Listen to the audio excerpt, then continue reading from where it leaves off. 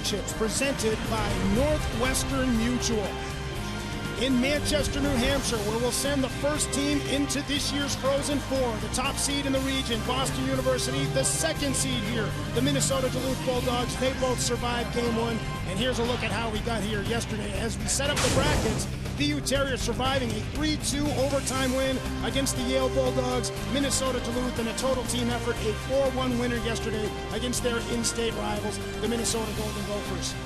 Hello there, friends. Welcome inside Verizon Wireless Arena with former Michigan Wolverine Billy Jaffe. I'm Dan Parkhurst. Great games yesterday, Billy, and we expect nothing but the best here today as well. Got your top two teams. This is what you expect, you think perhaps could happen. And it's a great matchup. You still got the high-flying BU Terriers. You got the real structured and really, really fast Duluth Bulldogs. I think it's going to be a tremendous game. Well, a lot of attention, of course, shown to Jack Eichel, the Hobie Baker finalist, one of the top players in college hockey. Freshman for that BU team, but yesterday was the upperclassmen who got it done. They don't win. They do not win the game without the upperclassmen. Guys like Matt Grzelcyk, who was excellent, their captain on the back end. Evan Rodriguez came through at the end of the game with a goal to help tie it up. Danny O'Regan, oh my God, he was the best player on the ice for BU. Antioxidant got things going. These are the guys that they needed to settle things down. There's Matt O'Connor, their goaltender as well. But Jack Eichel, look, he's still involved in the game, so we got to talk about him, right, Dan? I mean, here's a guy that is a special player. 67 points already this year, and perhaps counting. We'll have to wait and see what happens today.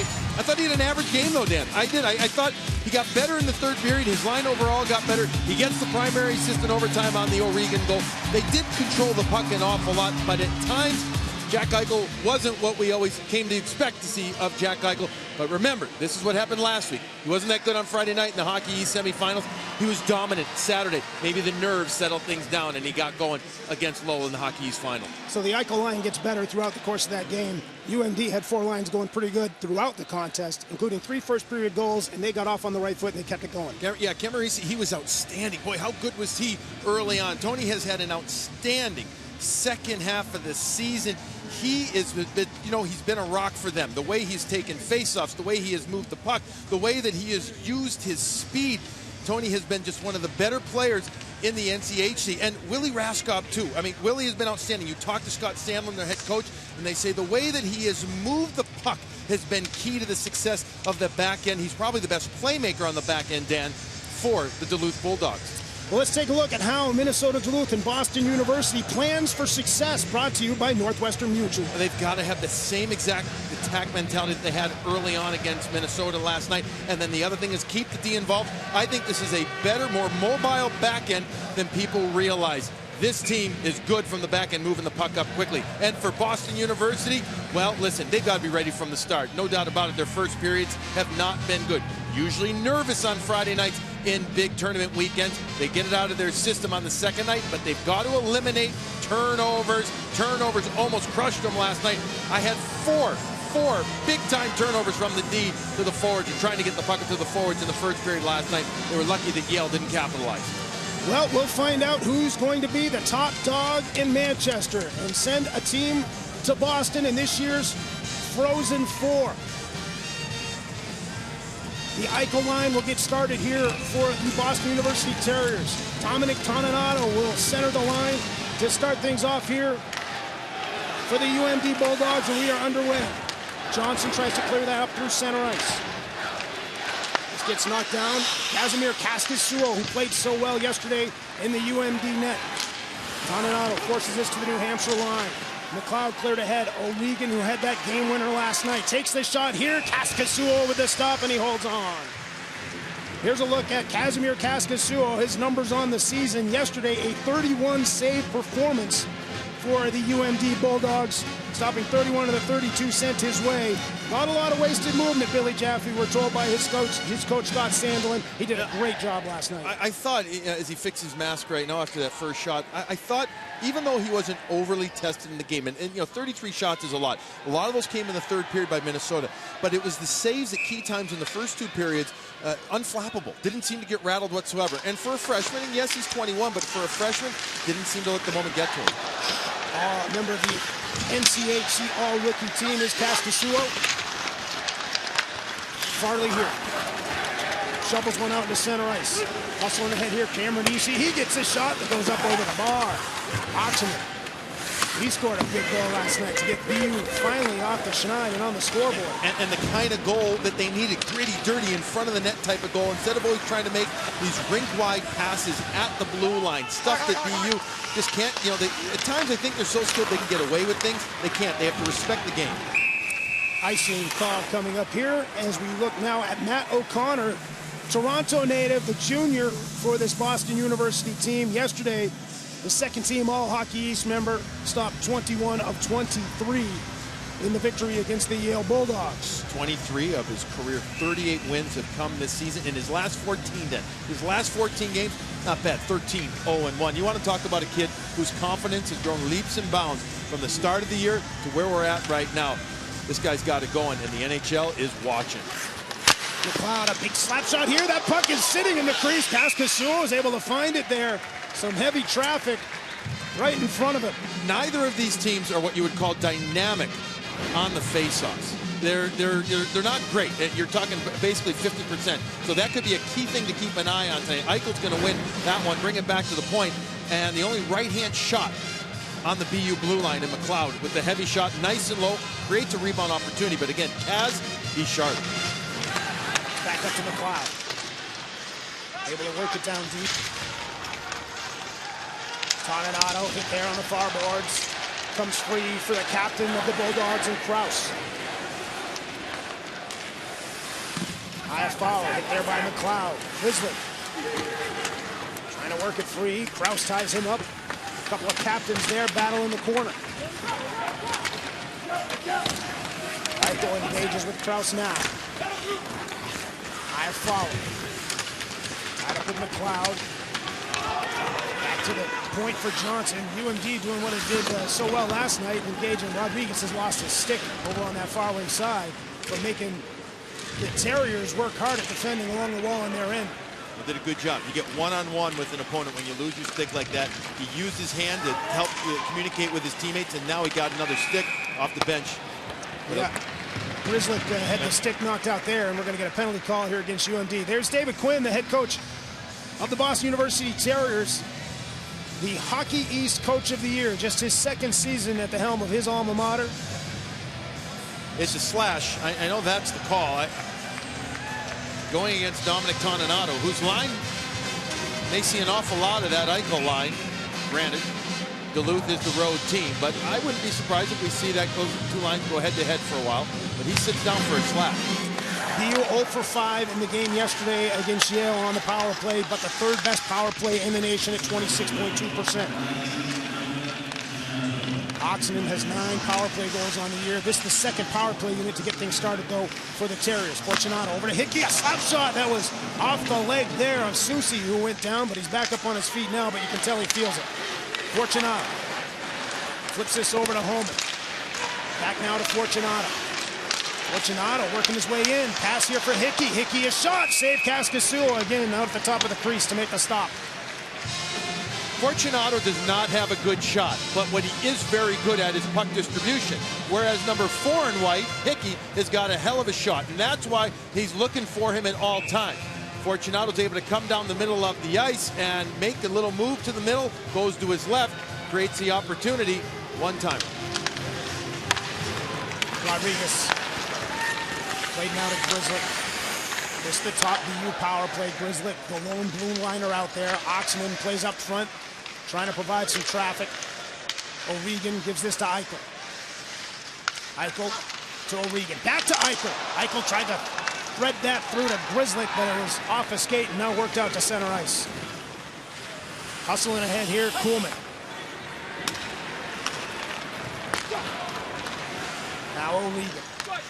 Into the zone for Rodriguez. Waits for teammates. Now they'll set up the man advantage. And back to Grizzly. Shot down. That was a little bit of a shot pass trying to get it to Eichel. They got blocked down. Now it's cleared. Picked up there by Young. Really good play by Young. Almost has his stick lifted with Rodriguez was back down there and O'Regan, but instead he sticks with it, slaps it down the ice. Eichel able to dump this one in. Wrapped around by Walensky.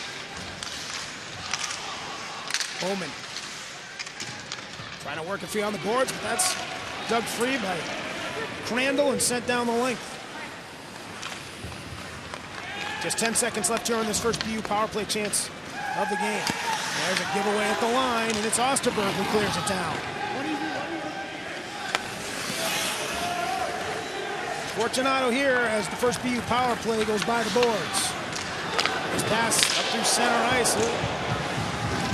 Hickey felt it coming, but could just absorb the check there. That's where your defense has got to make the decision when to pass and perhaps when not to pass right there. But you're seeing the well-disciplined style of the Bulldogs, really well positioned in their lane. Austin Farley cleared that out. Diffley bangs it ahead. Caught it. Flipped it to center, but Roberto's able to knock it back into the zone. Moran knocked down. Bit of a line change here today with an injury to Olsen, so Greer on the line with Roberto and Moran for the Boston University Terriers today. Belargian moves up into Greer's spot with Olsen out of the lineup. Yeah, Olsen, big bull out there. A real physical type player, upper body injury, couldn't make it into this game. So Dan Quinn is icing. Ooh, tight right there is called. Had to make a decision. We'll talk more about it when we come back. No score here. Icing call.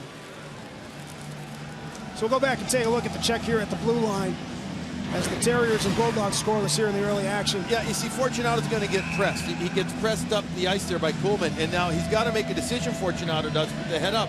Is the lane open? Is my guy going to be in trouble? Well, Austin Farley makes a nice body contact there. Pikanich, who's the guy into the lineup on the fourth line tonight, trying to battle with it back there in the corner. Pikanich able to get it back for Lane. Lane shoots one as he spins to the front. This puck picked up by Chase Phelps. Phelps plays it over to Lane. Lane trying to work it to the middle. Pikanich trying to get a handle on it. Out to center ice, though, skated by Samper, and he'll dump it in. Grizzlet goes back after it. Lane trying to play it up the boards. That got knocked down by Toninato. Pushed back by Pikanich. Now a turnover, chance in front. Oh, and there it's Iafallo. He got a stick on it, but he was handcuffed a bit and could just knock it into the corner. Toninato looking to center again. That one gets knocked down. Iafallo pushed away by Grizzlet. Iafallo getting it back here. Centering pass blocked by Grizzlet. This puck alone in front. Toninato shot save. Rebound backhanded wide. Couple of chances there for Toninato. Dominic Toninato gets this up to the point for Soucy. Misfires on a shot. Pikanich will be able to get it out. He's been out there a long time. He'll be able to clear it down and get the change. Well, yeah, and becomes a mismatch, basically. The fourth line out there for BU. Cameron Easy had been out there originally, and the defensive zone, I'm going well back for the defensive zone faceoff. And then the Bulldogs end up getting a full shift, a full change out there. You have Toninato's line out there against the fourth line from BU. Creates a mismatch in the offensive zone and a near goal. Puck up and out of play. 13-16 to go in the first period. Dominic Toninato, a couple of chances here, but it stays scoreless in Manchester between BU and UMD.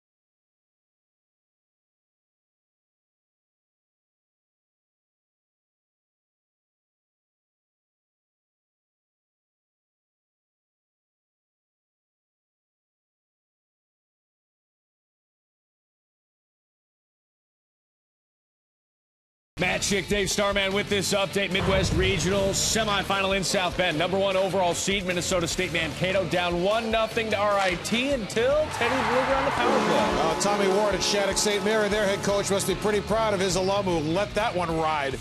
Knotted up at 1. Back to Dan and Bill. Thanks, guys. What a great day of college hockey we have for you on the ESPN family of networks. How about that? Another NCHC win as Denver defeats Boston College 5-2. Lots of cycling going on here in the early action, Billy Jaffe. This is exactly what Duluth is going to want to do. Keep your eye on number 19, Toninato. Let's stop it right here for 1 second. Toninato is going to come off the wall. He's going to eventually get himself front. And we'll see him. He's going to get the stick on the ice. He's going to wait, hover right into that soft zone, that quiet area there. Toninato does that very, very well. He keeps himself above the puck. Watching film on him before coming in here, he doesn't chase the play so much as he waits for the play. What that is, that's a mature type game. He has Iafallo back out there on his line after they played together last night after Iafallo had been out a while with the mono issue. But right now, those guys with a good first early chance in the game. Those two guys talked about how they've played together so often. They have chemistry without communication quite a bit out there on the ice. They just know where each other's going to be. Isn't that a beautiful thing when you see that in hockey? Rodriguez able to find his way into the zone here. Past 7 minutes gone by here in the first period. A shot to the front there gets knocked down. Kuhlman circles back behind his net. BU putting bodies this time to the front of the net. They didn't do enough of this against Yale early on. Now, a lot of credit goes to Yale for the way that they played in the neutral zone and the G zone. There's a shot to score! Rodriguez just golfs it in! And the Terriers grab a 1-0 lead here in the first.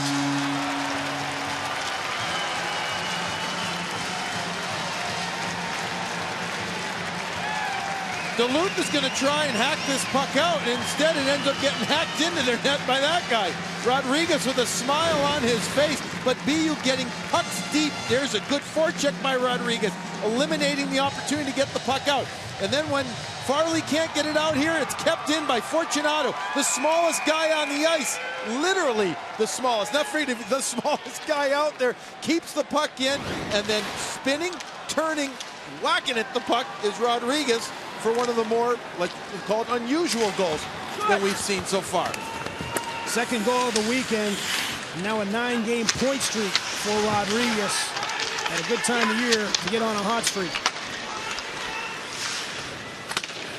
Krause tried to clear, again contained. Oxen in a shot, in and out of Glover. Kaskasuo, Holman can't chase it down before it's swept aside there by Susi. Back to center ice, McLeod. And again, I can't emphasize this enough. You know, BU didn't get enough pucks in early on in the game last night. It took them out of their rhythm. They look nervous as it is, and their coaching staff admitted as such. With 8 freshmen in the lineup, it's understandable how nervous they would be. But here coming out in this game, they're flooding the zone with pucks. They're getting bodies to the front of the net early on, and it's a different feel for the Terriers. Brendan Kotick sent that to center. That's intercepted again. Lane has to wait for teammates. So he can't work it into the zone. Duluth's got to bring their forwards back a little bit here. If they're going to try those long cross-ice passes, bring the forwards back. Even just 5 feet, change the angle, makes a difference. Lane with it again. Fortunato. Down here for Roberto.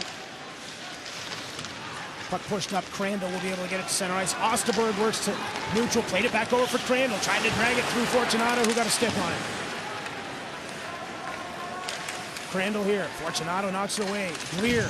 He'll clear. This might get all the way down. And it will for an icing call here against the Terriers. 11:09 to go in the opening period. And the Terriers, they 1-0 lead. And the Terriers usually do not have great starts to games, especially in tournament games the first night. They don't seem to do well. They didn't do well last week against UNH in the first period. They were nervous again, but yet they came out in the first period, meaning the second game on Saturday night against Lowell in the championship, and they were outstanding. They were really pushing the pace. They were not good as O'Connor holds on to the puck right after the face-off here. They were not good in the first period last night. But yet it's been much better. Different feel again so far in this one for BU. Well, you just saw the graphic there, 15-1-3 when scoring first. And Billy's a team that gets it done in all ways. This is a team that has trailed in 14 of its 26 wins on the season, too. So there's really... Yeah, David Quinn's nice head of hair might be leaving him sooner. He might look like us soon enough if they keep playing the way that they have. This is the we don't need hair regional for these broadcasts. This is hair optional. Yes. They saw staying inside the Terrier zone here. Some would argue much more makeup is needed for the two of us. They might have a point. Oh, that one kind of skipped on its way through from Walensky, but O'Connor's able to squeeze it and hold on here for a face-off. Here we go again. Face-off, so important. All they're going to do, they're going to bring it back to the point. You're going to see quickly as Toninado's going to come in and he's going to put the stick down and come back. He's going to come right back in here. Shot's going to come from Walensky, nice and low. There's that opportunity to redirect it in there. Might have actually gone off O'Regan's stick there. Good presence, though, by O'Connor. Again, and no rebound. O'Connor gets the victory yesterday, and something we talked to him about on Thursday was there are stretches where he goes without too much action. He only saw 4 shots on net in the third period and overtime yesterday, but seems right on top of it so far here. Just a couple of shots in, but he's been right there. That's when goaltenders need to be mentally strong and keep themselves in the game. Find a way that works for them. O'Connor knocks that to the wall. Krause tied up. Grizzlick feeds it to the boards. Pinching down there, Walensky. Grizzlick again. Able to clear it out. McLeod chips that around the wall. Are we going to be able to get it? And clear. Number 7 for the Bulldogs, Walensky, the defenseman, one of their assistant captains, has really got good footwork. You know, he moves real well, skates beautifully in and out of the play, reads the play well. The Anaheim pick, got a nice future ahead of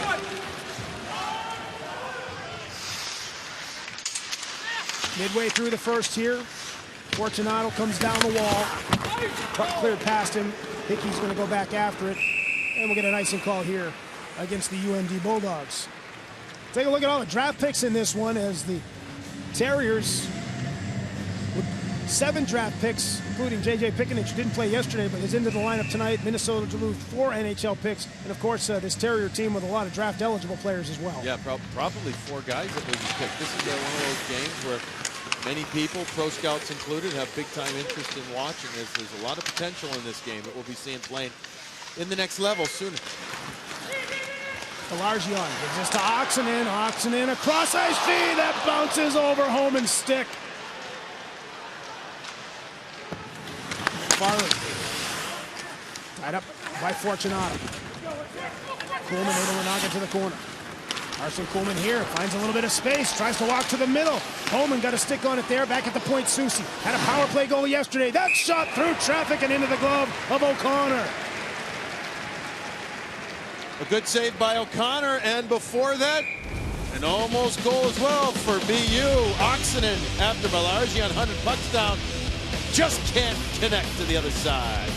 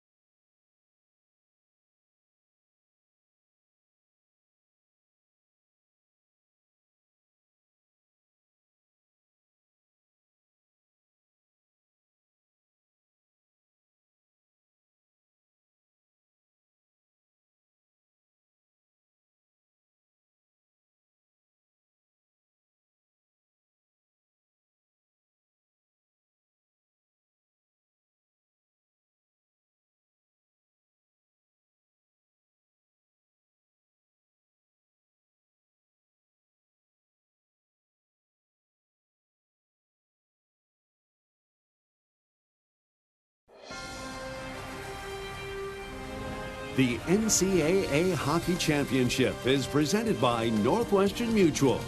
You and Northwestern Mutual, stronger together. And in part by Dish. Only the Hopper from Dish gives you the power to watch all your live and recorded TV anywhere. These photos were sent to us from fans from Massachusetts and Connecticut. You can share your photos with us on Twitter using the Frozen4 hashtag. There's David Quinn, the head coach of the Boston University Terriers. Of course, Billy Jaffe, he took over for the longtime mentor of the BU program, Jack Parker, in the building here today. He would not be laughing like that if he died. This is called love and life right now. What a tremendous career Coach Parker had at BU, but he's having a tremendous time every time we get to see him. I know we both see him an awful lot. This is what he's doing. He's smiling, he's laughing. He's just, you know, he's refreshed. Not the coaching brought him down. It's tough, though. It's a tough profession and full of intensity. Now he's sailing and hanging out with the grandkids. Iafallo working his way back around behind the net here. Iafallo gets it back up to the point. Walensky's shot in, deflected to the corner. Grizzly in the lane getting after it. Iafallo comes away with it. He throws it through the crease. Johnson. Rouse. Trying to work his way off the wall here. On the cycle down, Toninato. That puck to the front just gets through Iafallo. Down in the corner is McLeod. He's hurt again. Back up at the point. It's Walensky. Can't get up. McLeod can't hit. He's just limping into the play. And there's O'Connor staying sharp there. That hops off the backboards and he grabs it and holds on. The NCAA Frozen Four is heading to Boston, Massachusetts. The action begins Thursday, April 9th at 5 p.m. Eastern live on ESPN2. For more information on the 2015 NCAA Frozen Four, go to ncaa.com, the official online home for all 89 NCAA championships. Still being attended to, as you can see on the bench right there, is McLeod. He missed a game a couple of weeks ago. Played in the Hockey East final, or the Hockey East weekend. But he got hit pretty hard there in the corner and had a hard time getting up. Rodriguez dances his way down into the corner. Then he gets slammed by Raskov.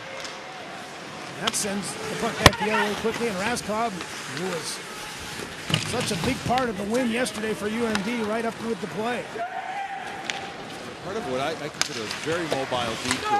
I don't think they get enough attention for being that way. Walensky skates well. Raskov. Hey, Susi, big guy, real big guy. He moved in and out of the play well yesterday. These guys have got a more mobile D than I think people realize. Harley looking to center, got blocked by Fortunato. Shot in there from the far point from Kotick. O'Connor has it, and Farley got dumped down. And as you might expect here in New England, a more heavy Boston University crowd in hand. Pretty happy about that. Well, somebody at the BU bench said something too for Farley because he gave him the old chirp sign at him right there. O'Connor's a big, big boy. Farley's, not that tall, 5'8", listed at 170 pounds, comes to the middle of the ice, the old blocker out. Well, it's quasi-Billy Smith, from the late 70s and 80s right there, or early 80s, Billy Smith. But Matt O'Connor's protecting his crease there. No harm, no foul. We move on. Pelargion sends this down. It's going to get all the way. And an icing call here against the Boston University Terriers. Getting back quickly to the Jack Parker comment. We talked to the upperclassmen, guys who played with both Parker, or for both Parker and for Quinn. They say they see a lot of Jack Parker still in David Quinn. Yeah, they said that they're both on us 110% all the time right there. We get to look at Scott Sandlin, who's the head coach of Minnesota Duluth. Wonderful guy to get to talk to. He's very impressed with his team's effort yesterday. Wants his team to play the same way in this game.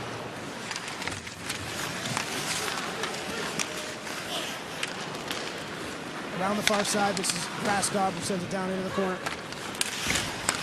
Out to the middle there. Holman's there to sweep it aside. Terriers a 1-0 lead in this one, and Evan Rodriguez goal. Back up at the point, Susi shot in. Oxenden clears it to the line and just out. Fortunato's got it back. We got another player down. Who's that? Right in front, Osterberg, right in front of his bench. Body's going down early in this one. Grizzly has to chase this back into his zone for BU. Charlestown, Massachusetts native, and Boston Bruins draft pick. He's broken up there at center ice. Corin tries to jump in on it. Backhanded in by Young. Real good effort by Sampere. They're coming back on Grizzly, one of the better skaters for the BU Terriers. Sampere was with him stride for stride, took the right angle to create that neutral zone turnover.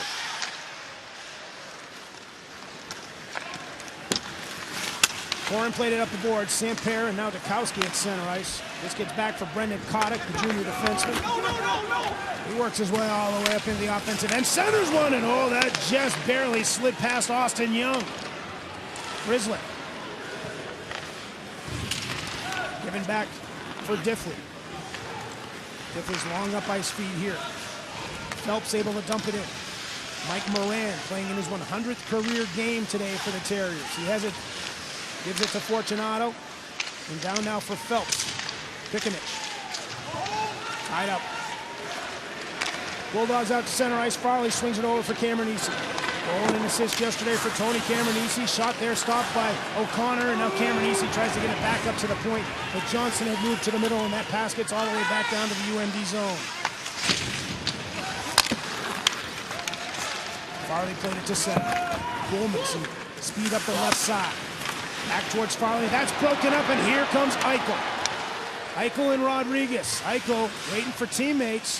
Eichel takes the shot, save Kaskisuo. It's up off the glass. Been a while since Kaskisuo's seen a puck. Been a while since you said the name Eichel, too. We hadn't said the name for a while here in the first period. He kind of got caught in check, but that was a nice play by Eichel as he pulled up. We all kept thinking, or at least I was thinking, he would try and use an amazing acceleration. Instead, he pulls up and lets his teammates get into the play, puts the puck on net looking for a rebound-type opportunity. Back up at the point, a shot there. Stop was made after a redirection. It sits between the circles. O'Regan back behind the net. O'Regan back up to the point. Hickey, a big drive. That's up off the glass. Fired off the boards, back out to center ice. McLeod, he's back out there. He lost it, though, to Iafallo. Iafallo back to Krause. A shot and a save by O'Connor. And he holds tight for a faceoff. Boston University, a 1-0 lead. Evan Rodriguez has the Terriers on the board.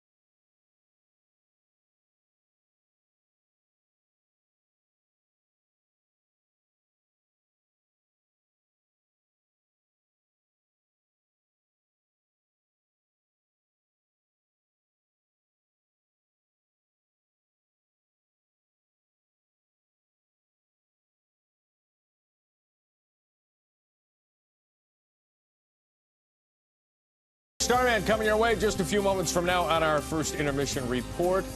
Better first period for BU than what they had yesterday against you.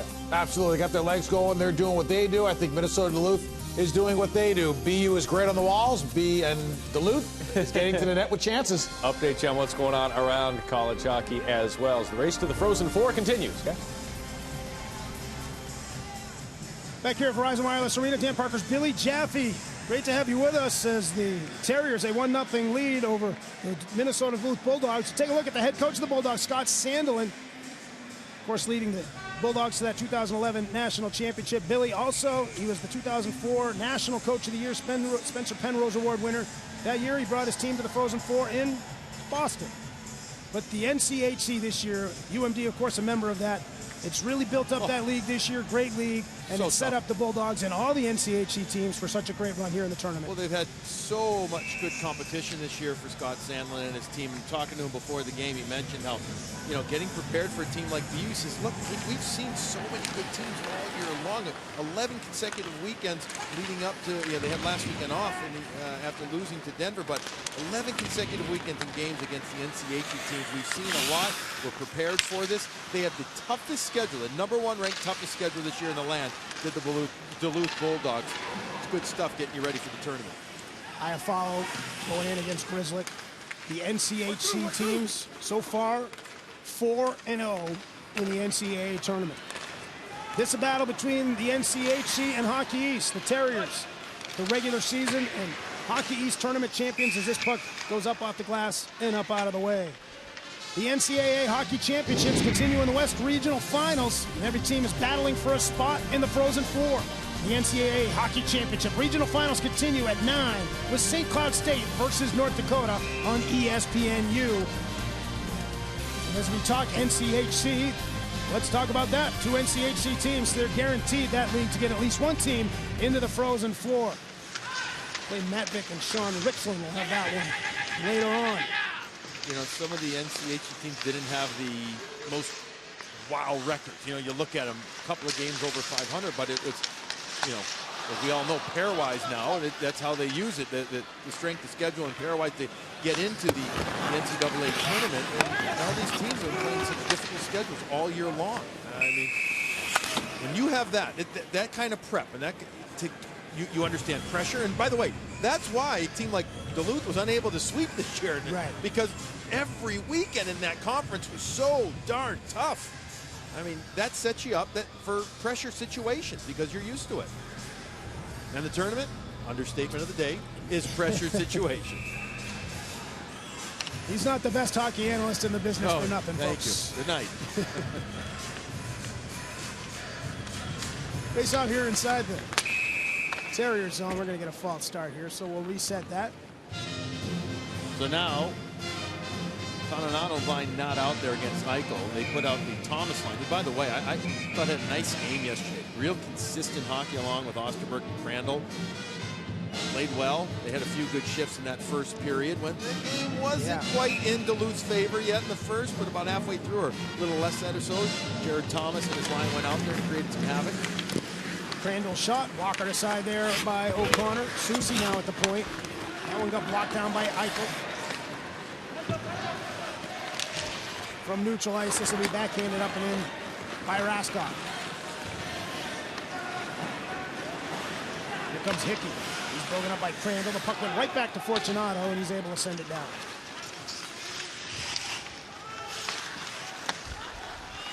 "17 minutes into the first period. Thomas, pass blocked by Grizzly. Into the zone, looked offside, and is offside.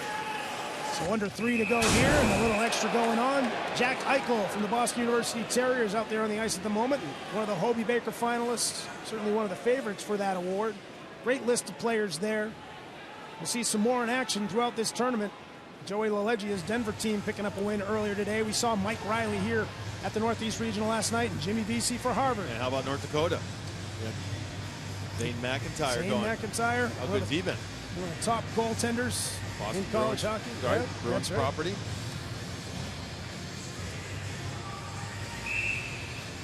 Great turnout in Fargo last night.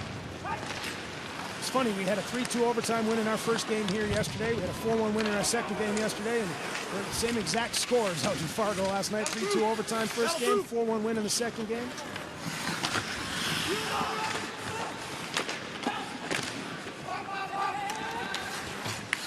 Keep working. Here's tied up down there. St. Cloud State, North Dakota picking up the victories out in Fargo yesterday. Iafallo spins us back down. Kraus able to get it to the front of the net. Holman flip that onto the bench, and Jack Eichel makes the glove save. And again, down low, Toninato getting involved with one of the Terriers just off to the left of Matt O'Connor there. And we're starting to see some scrappy now. That's Matt Grizzlick. Grizzlick, 36 points on the year, most by a BU defenseman since Gilroy put up 37 in 2008-2009, the year that Gilroy led his team to a national championship and also won the Hobey Baker Award. He had an 11-game point streak snap in last night's game, but I still thought he was pretty darn good. Once the whole team got going, I thought he was an integral part of that. One of those upperclassmen again, we touched on in our open. He can skate the puck so well, reads the play beautifully. Into the zone lane, trying to work that down, and then whistle stoppage of play here as Greer went into the net. And it tumbled into Kaskisuo. Puck will come outside the zone. Faceoff will be outside with center speed being driven there by Greer, who has moved from the second line to the third line. His lane's going to try and push it to the net. Just kind of tumbles into Kaskisuo completely inadvertently as he's just driving to the net. But Greer with the lane line now as Balarjan gets moved up to play with Holman. We touched on that because of Olsen being out. Definitely a decision that Coach Quinn had to think about a bit, given how well Greer has played the last couple of games, being moved up to the second line. Osterberg taking a shot here. Save made. It goes off of a defenseman's leg back at the net, but O'Connor gets across. Johnson now. He takes a shot. Ends up on the far side off another deflection for Roberto. Roberto tries a shot. Save Kaskisuo. Puck cleared ahead here. Crandall. He gets hit. Able to work it to neutral ice slow. Eichel takes it back, works his way up into the zone. Eichel trying to slide it through the defense, was able to tuck it to the net, and Kaskisuo covers up for a face-off. Well, started back at the end of Matt O'Connor as this comes close to a goal as Doyle Summerby is going to have the puck after Osterberg puts it towards the net. Watch Summerby's right leg. Left leg bounces back, and it's the left leg of Matt O'Connor putting it back in. At the other end, Jack Eichel's going to try and move wide on the defenseman, Derek Johnson, with a nice read right there. And that's key. You can't overcommit and jump at Jack Eichel. You do that, then he's going to blow right by you right there. Johnson with a beautiful read to make that a somewhat harmless effort.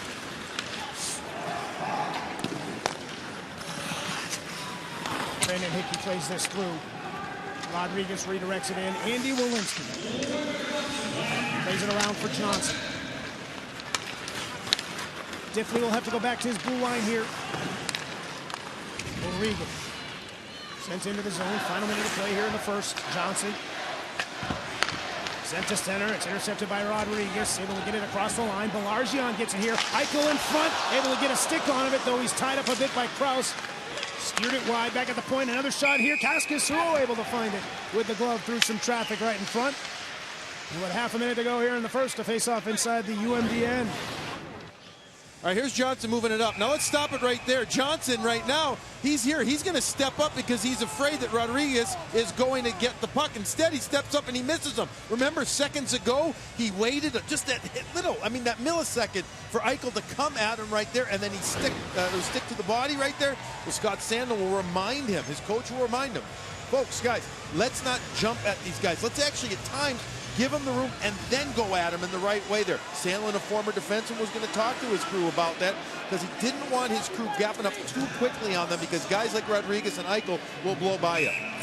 Eichel and Toninato pick up penalties, roughing calls, and they're still chirping at each other in the box. We've had more chirping in this game combined, I think, than we had in the previous two yesterday. Cameron Acey, his shot off the outside of the net. So 4-on-4 here to conclude period number one. Holman up into the zone. Yep, that pass came back out across the line. An offside call here. And, Duluth doesn't like the shot from Oxenden after the whistle. It happened pretty quickly. The whistle didn't happen immediately. BU, at times, they have a tendency to move pucks at the blue line. And coaches and Dave Starman back in the studio can talk about it too, him being a former coach at the pro level as well. There's that fine line. You'd like to do it usually right before the line or carry it over, but not right at. Sometimes that just creates offsides like we saw there. Grizzly tries to work that one through. Rodriguez. Hickey now plays it over to Grizzly. He's just going to clear it out, and that will do it on period number one.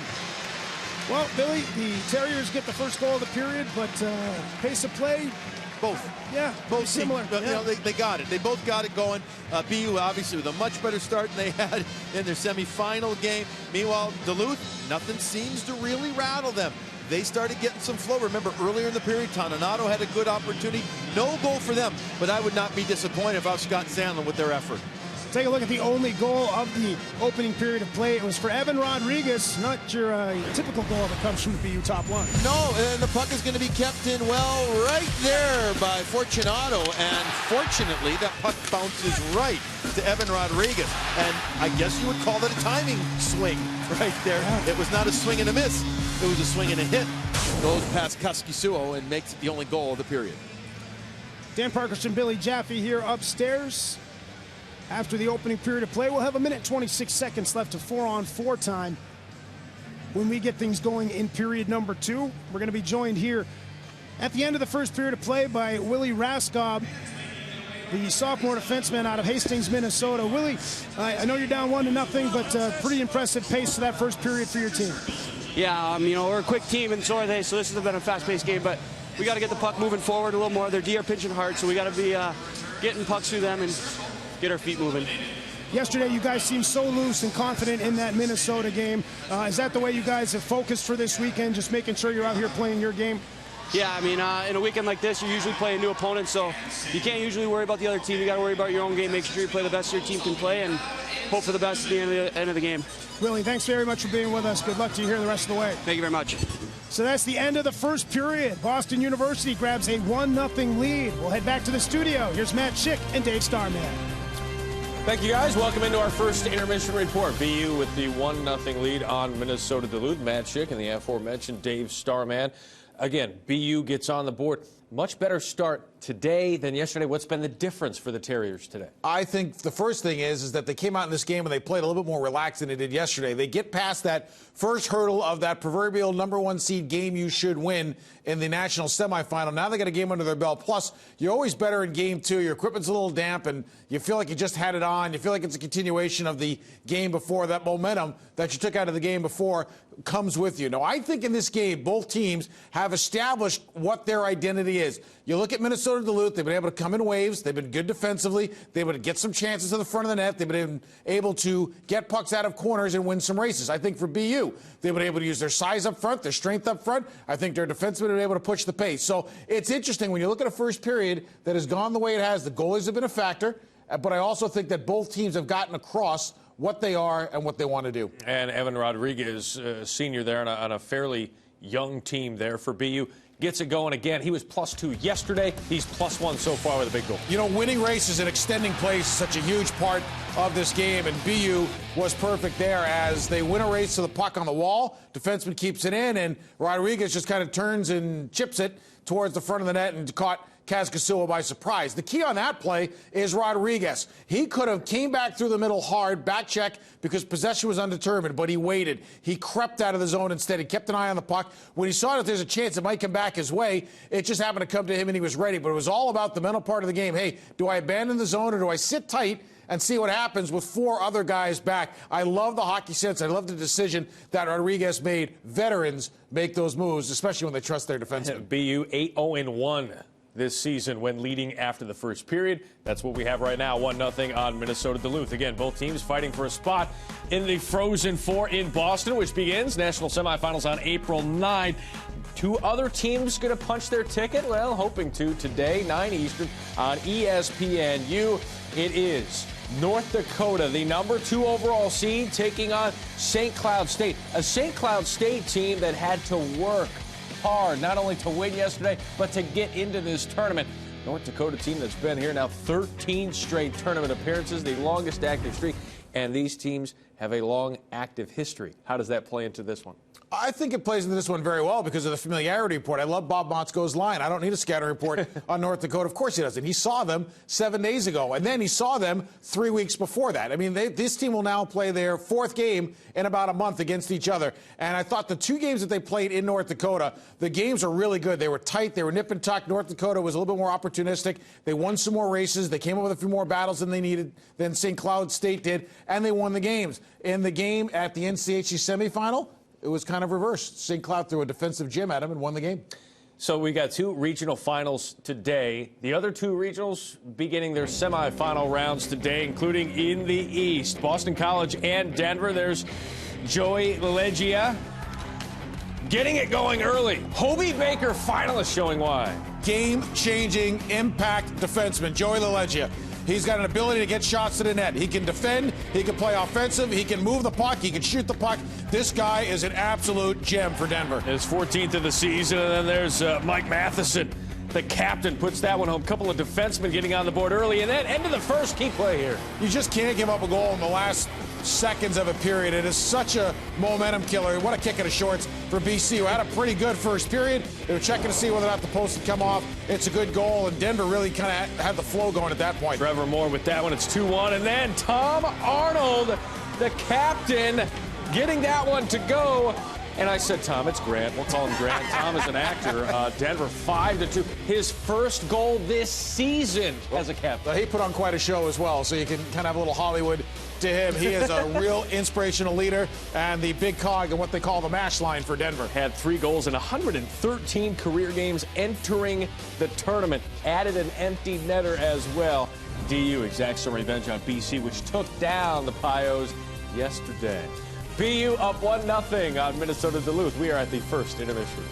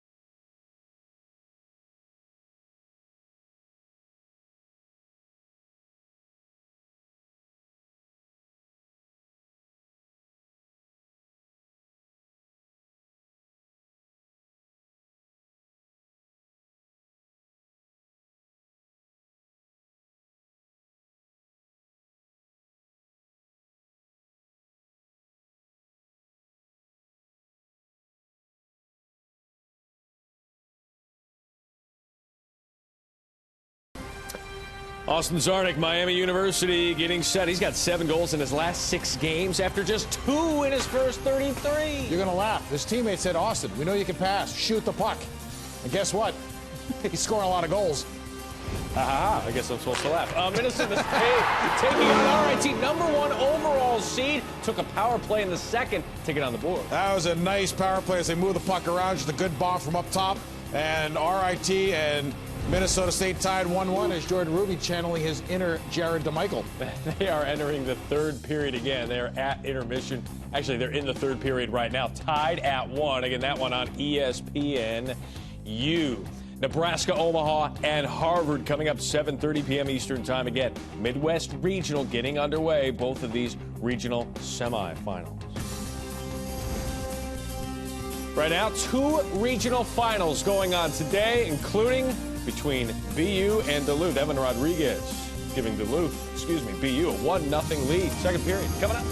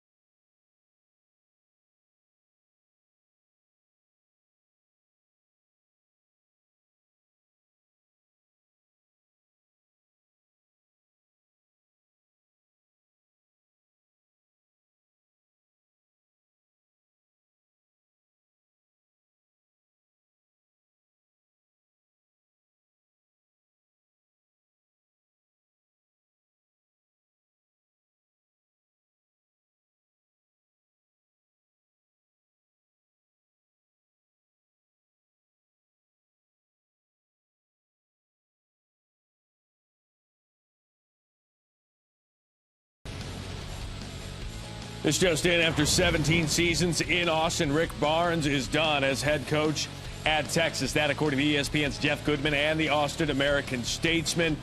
He won 3 Big 12 regular season titles, reached the NCAA tournament each of his first 14 seasons, went to a Final Four in 03, a couple of other Elite 8 appearances. According to our guys, Greg Marshall, Shaka Smart from Wichita State and VCU will be in the mix to replace Barnes. Big hockey, more action going on today. Hey, NCHC right now, 4-0. They're going to have a team of the Frozen Four for sure. Could it be Duluth? Well, BU saying not so fast. They're up 1-0 here as we enter this second period.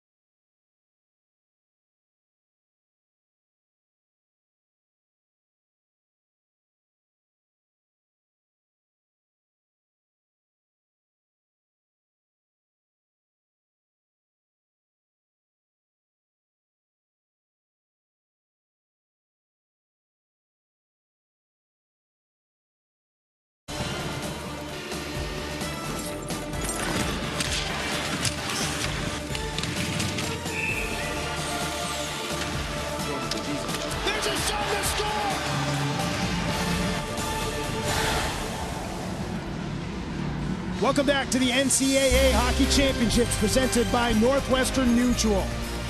Hi there, folks. Dan Parkhurst alongside former Michigan Wolverine Billy Jaffe. And even first period of play, BU gets on the board with the Rodriguez goal, but 11 shots aside. Yeah, and as Dave Starman said back in the studio, each team got into the rhythm that they wanted to, the flow. I don't know if I would call it the sexiest hockey, made for TV, but you know what it was? It was good textbook hockey, and it was a good goal by Evan Rodriguez after Fortunato keeps the puck in, and Rodriguez gets his second goal in 2 games in the Northeast region, turning around, slapping it in the net, past Kaskisuo. There are the stats here in the first period of play. Mentioned the 11 shots aside. We'll start second period action in a 4-on-4 for another minute and 26 seconds. Rodriguez and O'Regan start for the Terriers. Kuhlman and Cameron Easy, the guys up front to start period number 2 for the Bulldogs.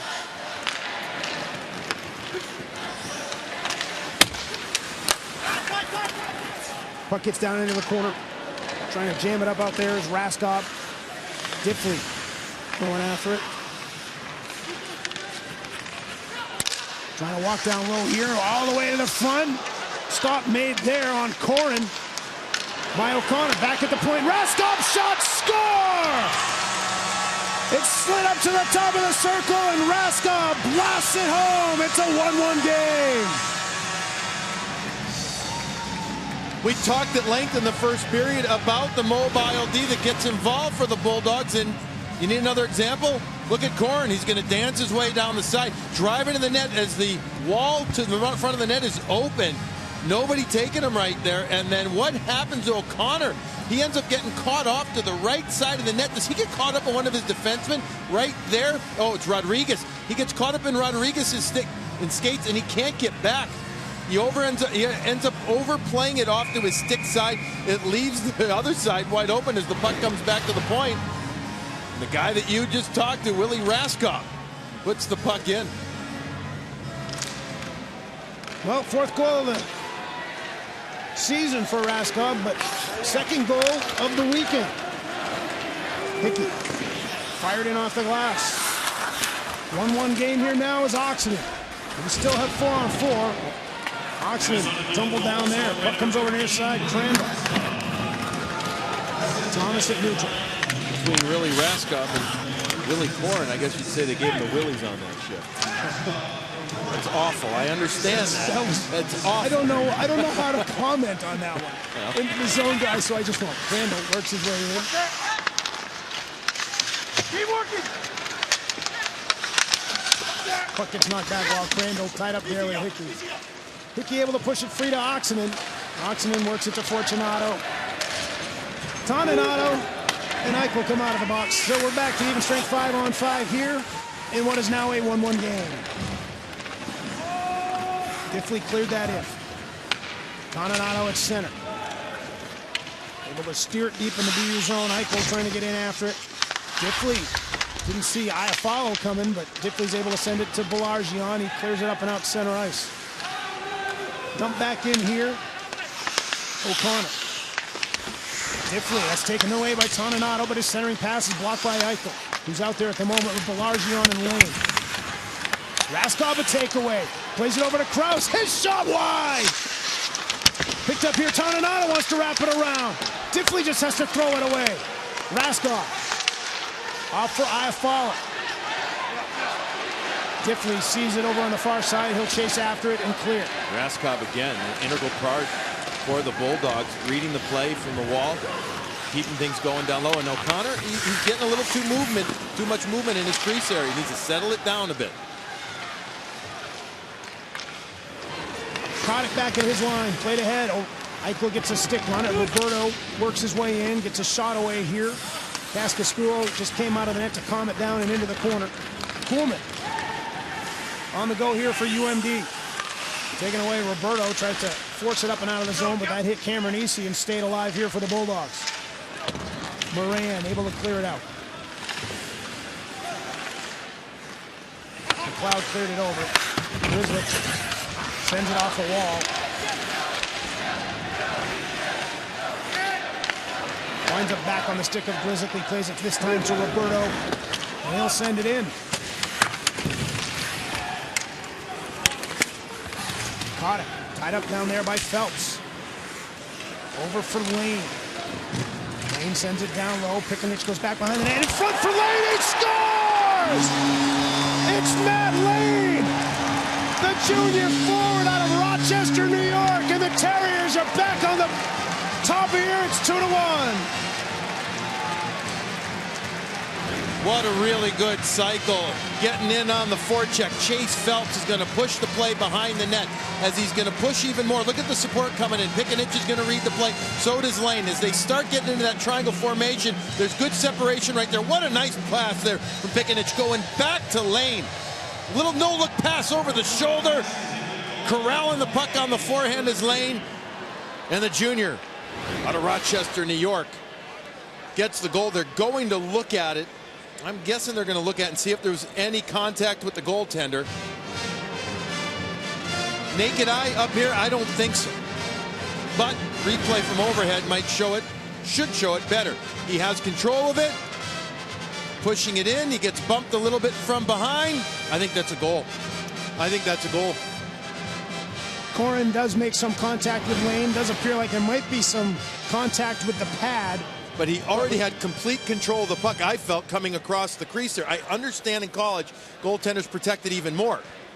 But we'll get another look here as well. The other thing about Lane, Billy, as we take another look at from a different angle here, here's a guy who had a lot more ice time last year. But with the changes to the team this year, accepted a role, and he's flourished in that role for Boston University. And we'll see whether or not he picks up a big goal here.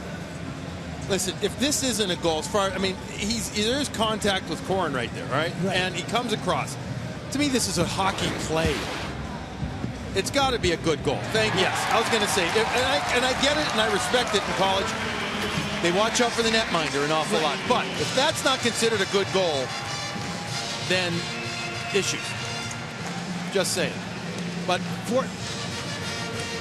so fortunately, it is a good goal. First goal in 5 games for Lane. And the Terriers answer back. And they got on their heels a little bit there before they got that answer. Yes, they did. But you're absolutely right. He's accepted his role. He's shined. He's really been able to shine in that third-line center spot. And you ask the coaching staff, they love this kid and what he brings. Osterberg sends that through.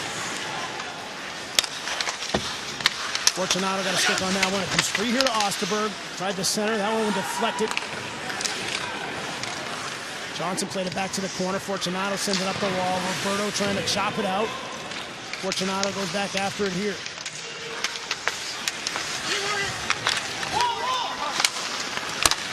Walensky.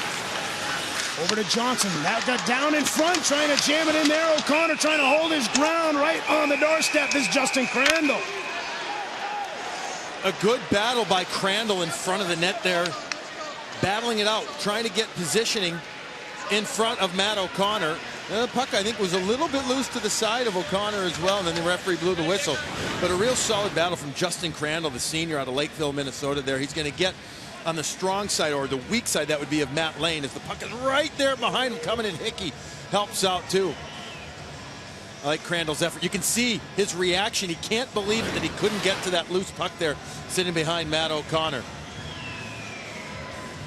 But the effort that Crandall brings, shift in, shift out, and his ability to just drive the net, very effective. I thought he played a really good game yesterday. He had a goal in that game yesterday against Minnesota, 3 shots total. Very much involved. Well, that should come as no shock when we ask Coach Sandelin who are his go-to guys, who are the guys he leans on, and he mentions his 3 captains, Kraus, Crandall, and Walensky. And I don't think it's just because they're captains. McLeod here plays it back. Dan Parker's Billy Jaffe here in Manchester, looking to send the first team to Boston in this year's Frozen Four. Kraus on the go up ice. Kraus, nice move around, gets the shot away, but a pad stop is made by O'Connor. Grizzly given over to O'Regan. Puck hits center here. Corin Played it out in the center. O'Regan is broken up there. Toninato into the zone, tries a shot. Grizzly ran into the skates of the referee there. Kraus able to get a handle on it. Play it back up to the point. Now Walensky takes a feed. Grizzly chops it around. Iafallo back up at the point. Toninato. Working it back up to the point. Walensky shot in. Oh, plenty on that, but it's off target by a bit. And the Toninato line is doing well. They just do what they just did. They just cycle. And they read the play. And you wouldn't call it fast hockey, but you would call it smart and then quick hockey. Because they're waiting and they're cycling. They're wearing down the opponent and they're waiting for that right opportunity to get after it. Summerby here. Oxenden able to get that to Grizzly. Cleared it out towards center ice. Kuhlman will jam it back. Walensky sends it ahead. Farley. Taken at the line by Eichel. Back the other way it goes. Oxenden able to knock it across the line. Askov over to Walensky. And out into center ice. Summerby played that ahead. Oxenden takes the Raskov check. Oxenden trying to find it here. Raskov gets it out into center ice. Some numbers here for UMD. Farley plays it over. Cameronese shot blocked. Different though with a good gap block right there. Cameronese back for Raskov. Takes the shot. Works his way around Oxenden. Now takes the shot. Stop made by O'Connor. Belargian tied up. Farley, his pass just all the way through. Seriously, how good has Willie Raskov been with the puck? Last night, tonight, kid gets it on his stick. Something's happening. Do not miss 15 when he's out on the ice for Duluth. Crandall plays it back. Crandall gets it back. Tries a shot, that's blocked. Winds up at the middle here. Corrin played it to some space. Crandall chases it down and sends it down the boards. A.J. Greer. Now different. Up through center, redirected in by Roberta. Swept around by Corrin. Greer picks it off, plays it back up to Fortunato. Fortunato walking down, taking a shot, it goes wide. Coming late. Osterberg. Shot in here, and they score! It handcuffs O'Connor and rolls across the line. Game tied up 2-2.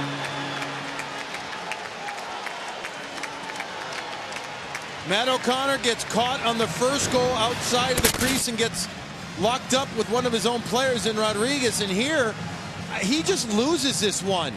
I don't know if it knuckles before it hits him, but he misses it. Osterberg's shot, it's tough to tell from that angle if it gets deflected or not. Regardless, he swats at it with the catching glove, and it jumps by him and goes over him and in. Here you go. It looks pretty clean. He just seems to misguide or misjudge either the speed or the height of the shot. If it tips off the defenseman, it could have been that off of Hickey and created a little bit of an issue for the netminder, but not a goal that O'Connor is going to be satisfied with giving up. 7th of the year for Osterberg. UMD out shooting BU here in the second period at a 7-1 margin.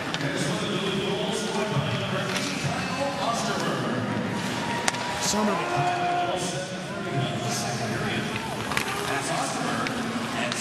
Now Raskov will play this up and out to center ice. The Toninato line out there. Dumped in by Toninato. O'Connor plays it to the corner. Toninato centers. Iafallo, turnaround shot wide. Kraus. Trying to get it to the middle there. Eichel with a takeaway. And it's played to O'Regan. Up ice for Rodriguez. Evan Rodriguez. Given over to Hickey. Hickey plays it to the middle. Kaskisuo knocks it off the backboards. Back up for Rodriguez here. Works his way down. Plays it to the middle. Redirected but wide by Homan.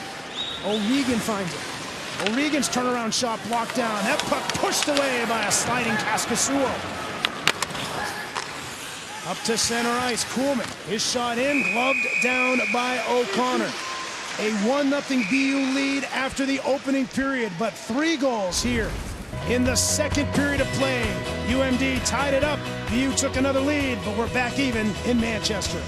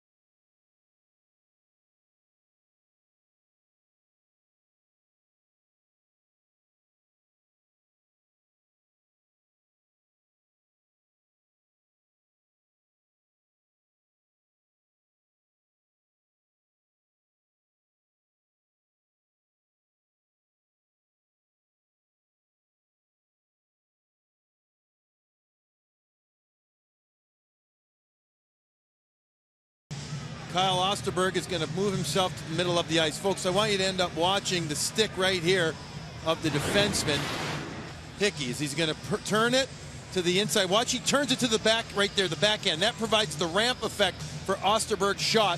It's going to come up, and you see the swat of the glove there by O'Connor? He just doesn't get good eyes on it.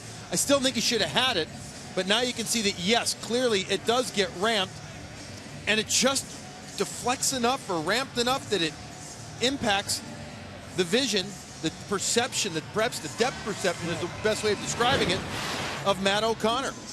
So we're tied at 2 after that. Good look by the truck down there, guys. 2-2 the score here.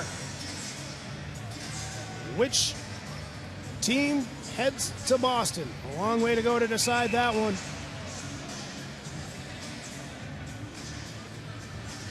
Jason Holman for BU against Tony Cameronese for UMD on the faceoff. Fortunato. Right up through center. A large line. Shoveled in. Holman out at center. Summerby throws a heavy hit on Cameronese. And Cameronese down and hurt. Now they'll pair up a bit. Monster hit in the middle of the ice. Cameronese trying to catch his breath right now as the 6'5", 223-pound defenseman Doyle Summerby steps up, and Cameronese, listed at 5'10", 190, takes the brunt of this. A timing hit, arms down. Major body contact, though. Forces collide right at center ice. Pass is going to be made to the middle, simultaneously to the stick, receiving the pass. And now at regular speed, make sure the skate's still on the ice. Skates come off the ice afterwards there, Dan. And so that's why no call by the official. What a hit. I mean, what a hit. The timing of that by Summerby had to be perfect, otherwise clearly a penalty, if not a major, especially if the puck's not there. You call that major for interference. Guys in stripes are having a conversation. Referees today, by the way, out of the WCHA, Butch Mousseau, Pete Friesma, the referees, Mitch Tyree, Matt O'Welling, the linesman in this one. I mean, this is where they're going to talk about, was the puck there, was it not? And they're going to get everybody involved, which is the right thing to do. But as an official here, I think you trust your instincts. You talk about, all right, you know, what did I see? I saw stick make contact with puck. I saw body make contact with the opponent. I saw arms down, and you can't look at the replay here as they're just discussing it. And again, the pass comes to the middle of the ice from Kuhlman. Contact is made. And the skate, see, the left skate stays on the ice there, Summerby. The right skate's the one that comes off the ice upon contact. Summerby getting some attention himself. Yeah. Oh blood on the forehead. They'll get that cleaned up. Listen, that's one of the most glorious things about this game of hockey that we all love, Dan. That there's this amazing physical contact element of it that sometimes borders on violent, and we don't want anybody to get hurt. But this is what, these kind of impactful hits that are clean, that's, as a player, you understand that's part of the game. And I think it's a good no call by the officials, and we continue. Just timed well. You could see on the replay that the arms weren't up. Shoulder up into the midsection of Cameron Easy. I mean, it was a tough pass. I mean, he just took a tough pass. It was a sucker pass there. Yeah. It is, and that's where Pullman will look at it and say, my bad. Grizzly gets a stick on that. Kept it in, but just for a moment. Now up ice here, Crandall. Greer gets it back for BU. Backhanded in, but wide. RIT picks up a victory in the Midwest Regional Final, a 2-1 win over Minnesota State. Wow. Wow. Wayne Wilson. The NCAA Hockey Championship continues with the East Regional Finals at 5, followed by the Midwest Regional Finals at 7:30 on ESPNU, this coming on Sunday. Every team is battling for a spot in the Frozen Four. The NCAA Hockey Championship Regional Finals continue Sunday starting at 5 on ESPNU.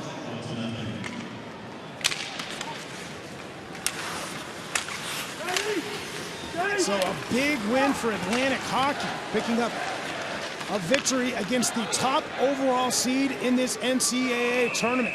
RIT 2-1 winners over the Mavericks. Wayne Wilson, I'm sure, got a call from his son, Stu Wilson, who we saw play here yesterday. That is why you love this tournament. All college tournaments like that. That's one where after we get done here today, I'm going to want to go take a peek at the box score and see how it all happened. Yes, hopefully we'll turn in and get Coach Starman's analysis on that one. Shot here. We'll get a stoppage here. Midway through this one, a 2-2 score. Bit different second period than we had in the first. And we'll step aside here for a break. A 2-2 score here from Manchester. Back with more after this.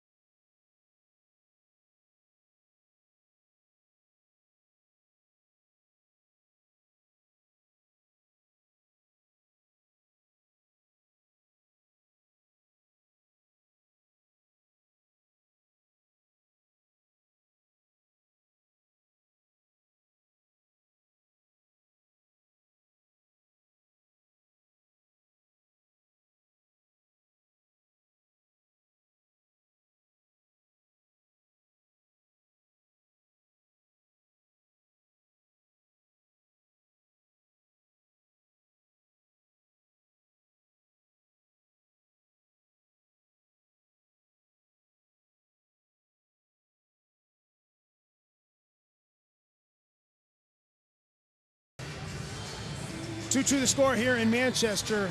Hockey players, well, they're a special breed. They're a good bunch. Jack Eichel, known, of course, for his on-ice accomplishments, but he's formed a special friendship with Gidge Farrer, a young man who's twice defeated cancer, spent some time playing hockey with Gidge in his backyard, some video games inside. They text back and forth often. Gidge made a shirt for Jack that says, "I wish cancer had cancer, then died."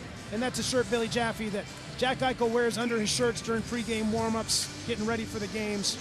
So no shock to you, no shock to me that a hockey player has a good heart. Jack Eichel clearly has that. And Jack Eichel understands that it's moments like that that keep it real and keep it special. And yes, that's what makes hockey players special, and the fact that, you know, Jack Eichel is under all this, well, let's face it, pressure and expectations and demands, not just as a hockey player, but perhaps as, or if not more importantly, as a student at BU, but he finds the time to go hang out with Gidge recently and sit with him. And boy, he looked very comfortable playing those video games there too. I think college kids ever do that, but a good time, and it's a wonderful story. And we had a chance to talk to Eichel at length the other day on Thursday, and he is very proud of the friendship that he has forged with Gidge in a short period of time. Fortunato pushes this back around behind the net. A 2-2 game here. And you see it across, teams, everybody. I mean, hockey players are always involved in their communities, wherever they're at in college hockey. Toninato battles with Eichel over there. Back up along the point. Susi tries to find a shooting angle, but the shot blocked off the leg of O'Regan. I follow back to the point. Raskov shot. Oh, that nearly went. Telling you, if he's on the ice, something's going to happen when Raskov's out there. He's got to go on this tourney. Eichel. Played back to Fortunato. Hickey here, ahead to Rodriguez, redirected out. Susi circles, played to center. Eichel gets a stick on that, knocks it into the zone. Taken back by UMD, and it's Raskov. Cameron Easy after the big hit back out on the ice. Snap back up for Walensky. Goes cross ice, Johnson, shot wide. Farley going it to center. Summerby sticks with him. Rodriguez clears. This will get down ice and all the way down for an icing here. 2-2 the score here, but a great day of hockey on the ESPN networks. Couple of finals already in. Denver and Hobie Baker finalist Joey LaLeggia, a 5-2 win over Boston College.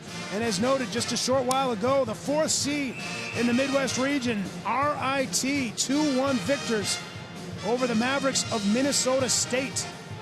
Winner of that game, RIT will get the winner of the later game in that region, Harvard and Omaha.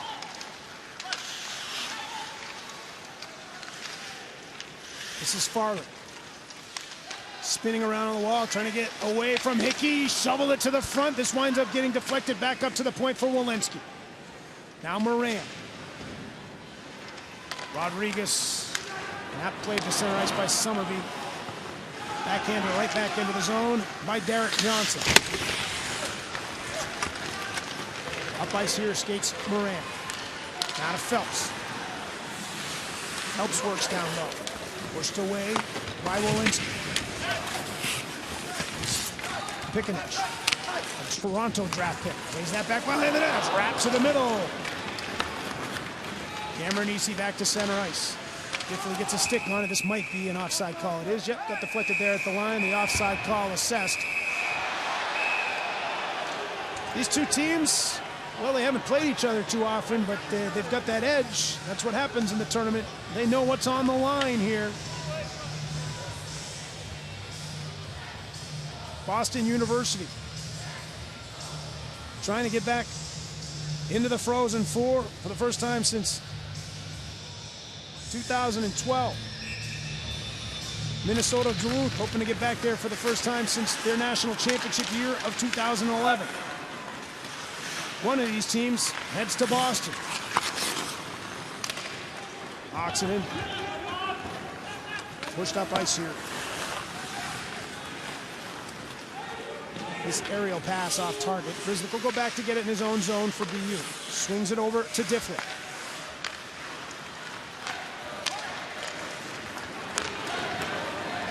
Belargian looks to dump it in.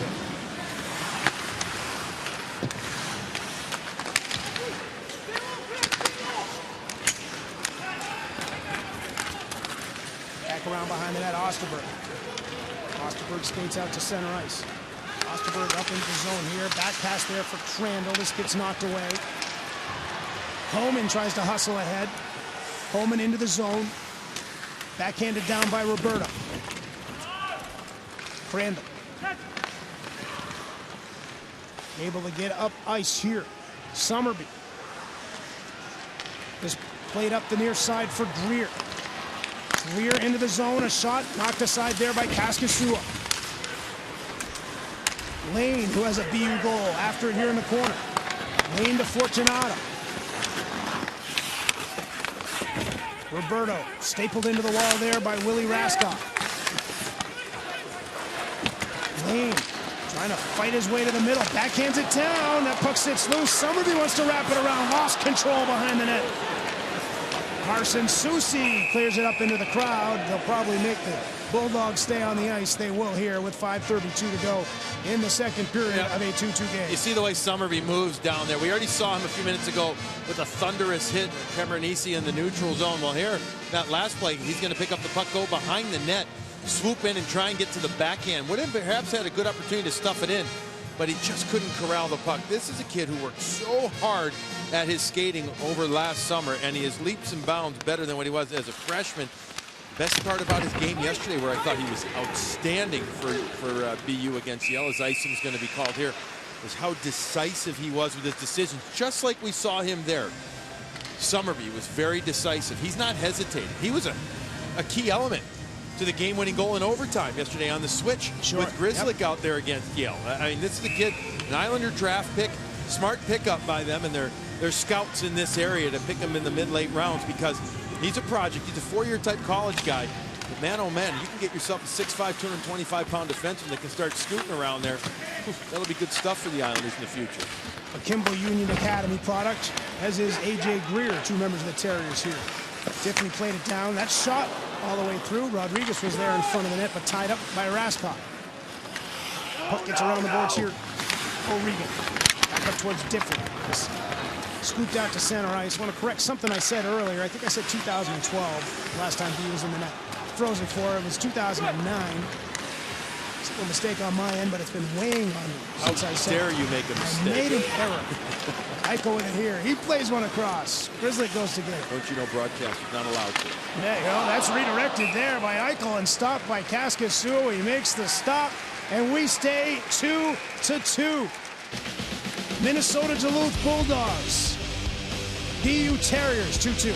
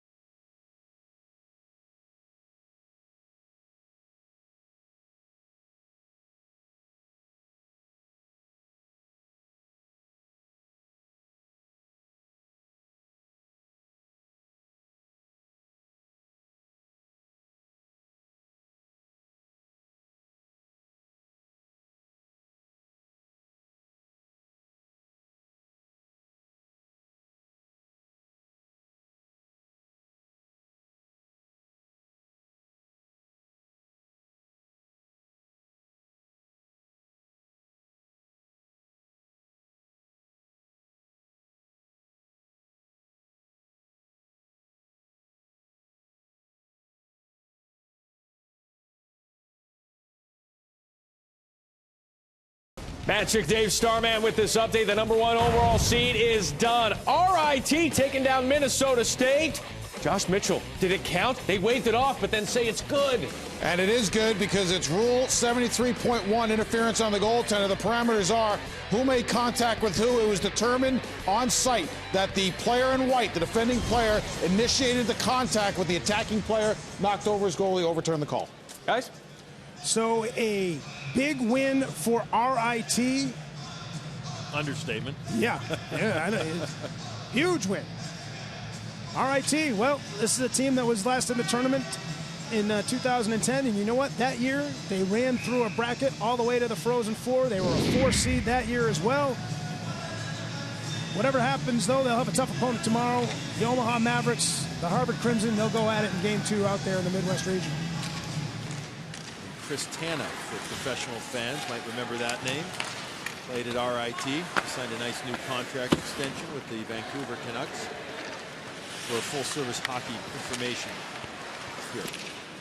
It's our job. It's our job this weekend. It's out to center ice. Fortunato. He loves handling the puck. Yes, he does. Doesn't mind it at all. He came into school last year at 136 pounds. He's up to a whopping 150 now. His confidence is at about a 225-pound guy, though. Love it. Rodriguez works back behind the net. It was a long time ago I passed 150, and I will never see 150 again. Out to center. This puck thrown through neutral ice, gets deflected deep in the BU zone as Grizzlick chases back after it. Cameron Easy in there on the forecheck. Ends up back around behind the net. Moran bothered by Iafallo, but he's able to get it to neutral ice. And this puck back down in the UMD zone. About 3.5 to go here in the second period. Northeast Regional Final. 2-2 the score. Pickenich gives it to Grizzlick. Tries to get around Iafallo. Somehow the puck sticks with Grizzlick there as he goes down into the corner. Grizzlick cross ice. Moran! Oh, he couldn't quite handle it. Might have caught a piece of Susie's stick. This puck thrown to the middle once again. Back up to Summerby, a shot that's blocked. Summerby to Grizzlick, a one-timer that goes wide. Pickenich. Toninato gets a handle on this. Gave it away to Pickenich. Phelps sends it down. Darden's second good shift in a row from the fourth line, providing B with good offensive zone time. Again, getting out there, doing their jobs, keeping it simple, but being very effective. Hickey clears it out into center ice. Iafallo played over to Kraus. Adam Kraus gets that in, and now this little backhander stopped by O'Connor. The Women's Basketball Championship Elite 8 begins tomorrow on ESPN as South Carolina and Florida State battle for their first Final Four berths. Then Notre Dame takes their 5th straight trip to the Final Four, while Baylor looks to exact revenge in an Elite 8 rematch. The Women's Basketball Championship Elite 8 begins tomorrow at noon and continues at 8:30 on ESPN. Now look quickly there at the almost pass over to Mike Moran. Grizzlick came down from the point and kept the flow going offensively.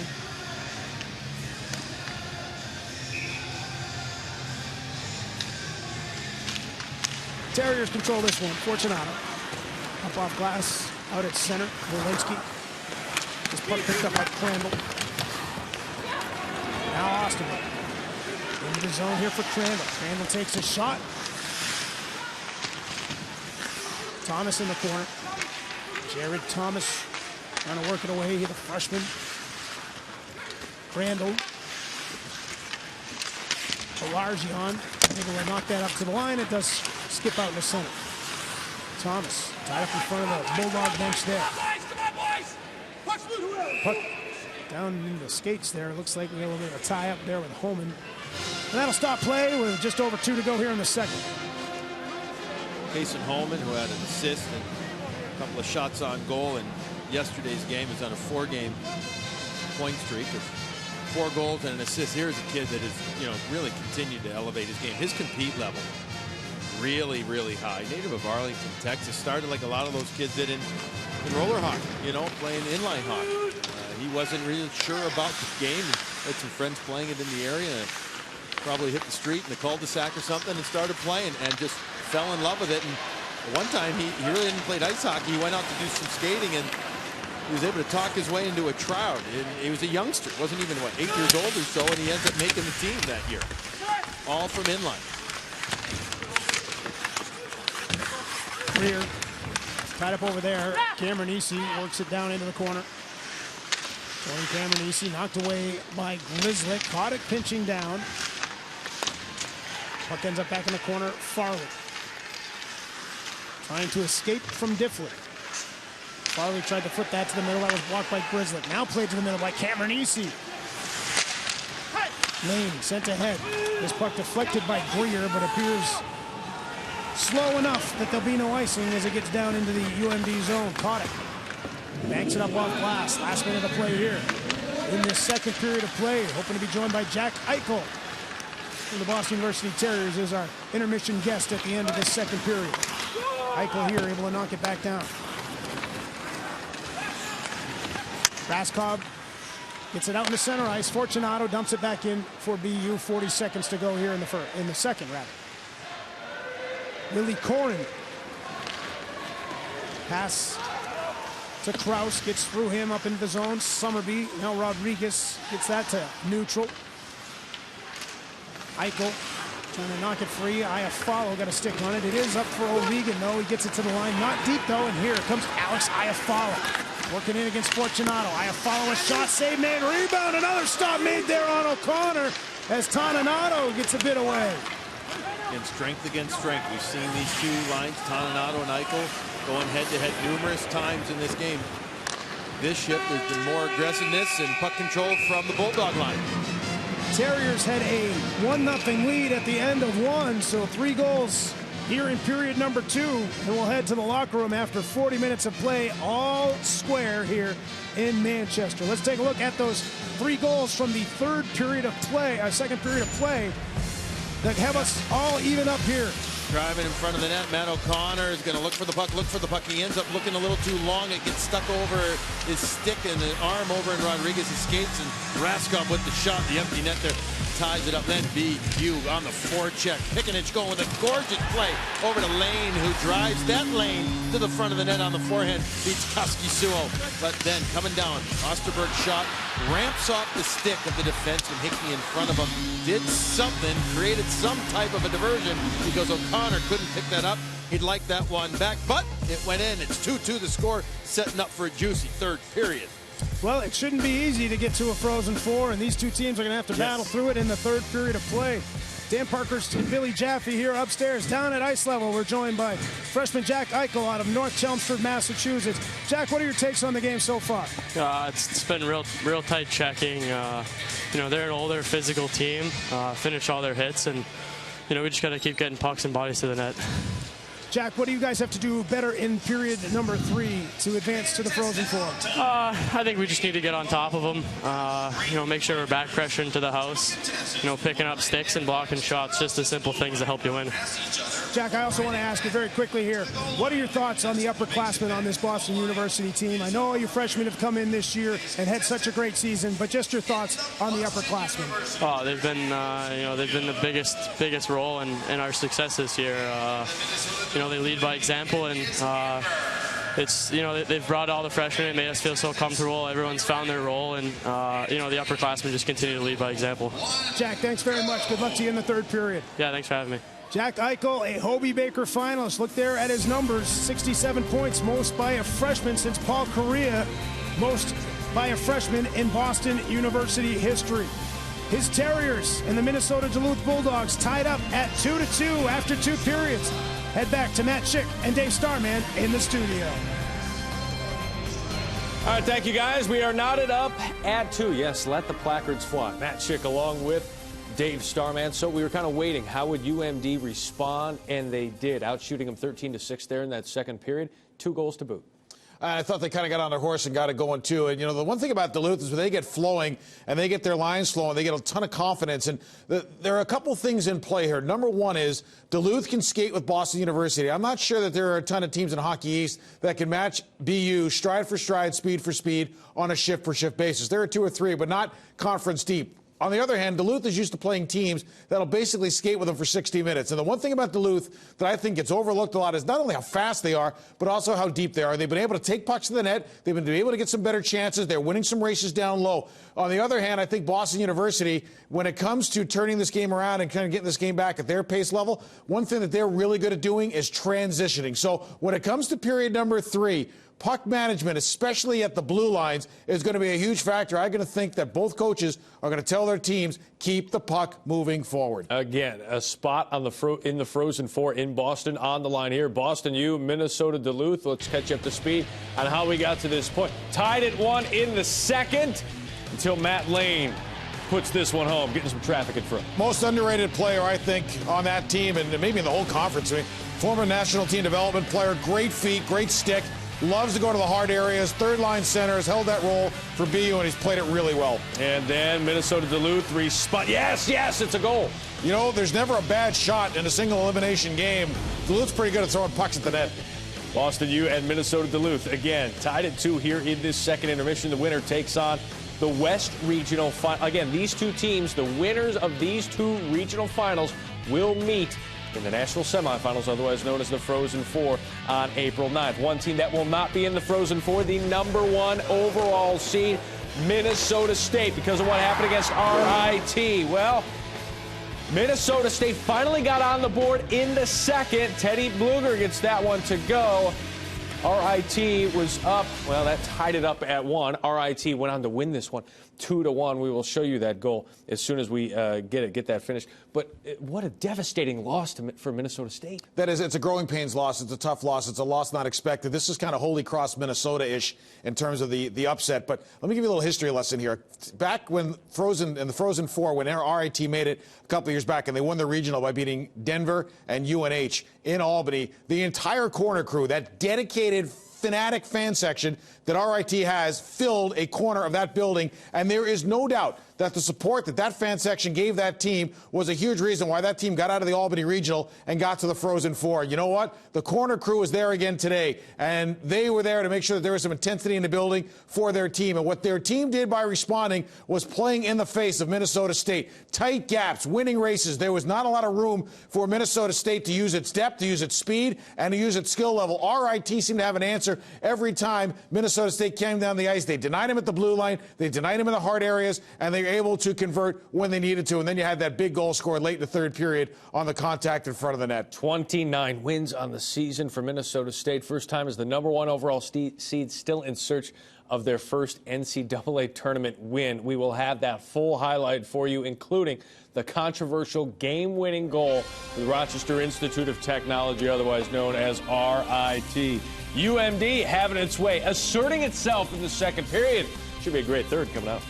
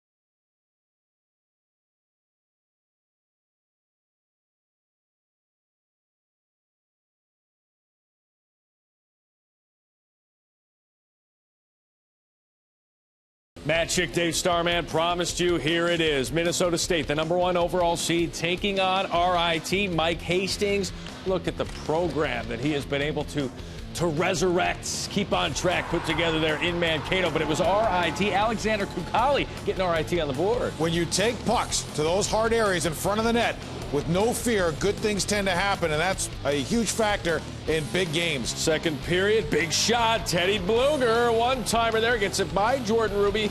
Minnesota State ties it at 1. Third period, less than 6 minutes to go. Josh Mitchell puts it on net. It goes in, but it's waved off immediately, Dave. See the referee shut the play down right away by waving his arms, no goal. It went to video review to see about the interference on the goaltender. It was determined that contact was initiated by the player in white against the attacking player in orange. That means the goal stands. So for the first time since this 16-team format was introduced in 2003, the #1 overall seed loses its first game. They had been 12-0 in the regional semifinals. It's an amazing story that RIT just wrote, and don't forget, they came into this thing having won about 8 games in a row, marching through the last part of the AHA season and into the playoffs. And our Mercyhurst coach, Rick Gotkin, said to me, he goes, this team might be playing as well as anybody. And head coach Wayne Wilson of RIT coming into this game said the advantage could be them overlooking us. Maybe that happened today, although RIT a very good team. All right, meanwhile, East Regional Semifinal, Miami University up 2-1. Not anymore. Shane Luke ties it up. Shane Luke is one of the unsung heroes. I talked to Nate Lehman earlier this week. He said, keep your eye on Luke. He could be a difference maker. And the winner of that game, going on right now on ESPNU, will take on Denver, which got past BC 5-2. Grant Arnold with a pair of goals, including an empty netter. UMD owned that second period, but BU did get on the board as well. Should be a great third coming up.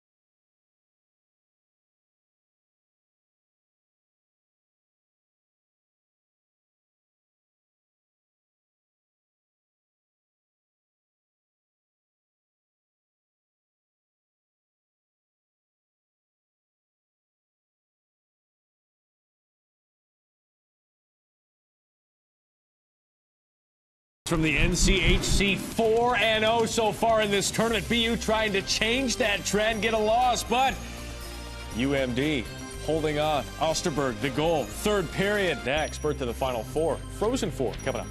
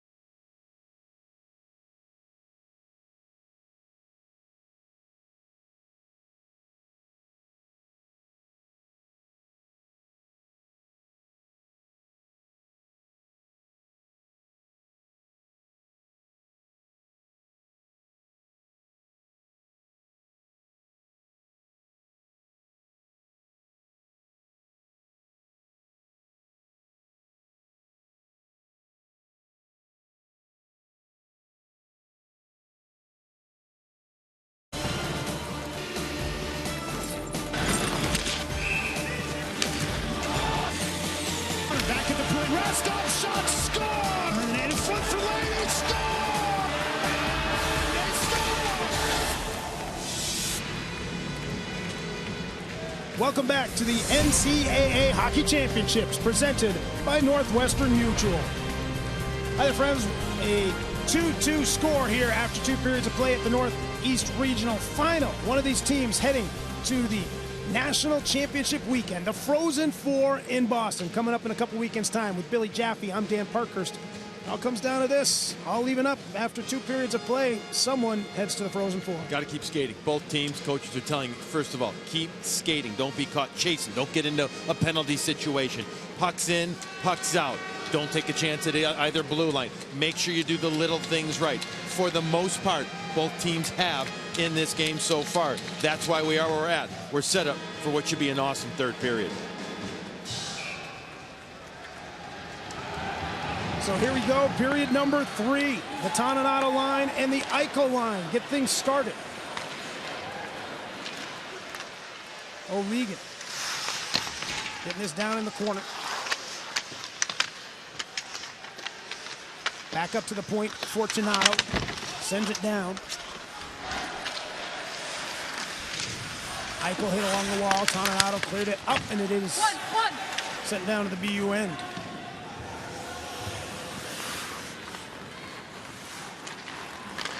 Rodriguez. Sandwiched off there. Oxenden looking to work it in. Cameron Easy gets it up off the glass and out into center ice. Hickey, laid ahead here. Oxenden.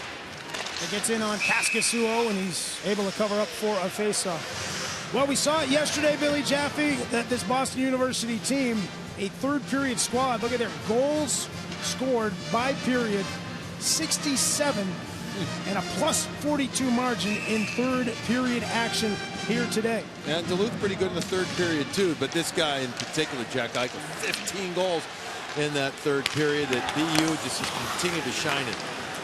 Shot here gets redirected around. And one of the reasons they're in great shape, this team, all of them going to BU over the summer, conditioning like a lot of teams do, but also just controlling the puck, wearing down the opponent.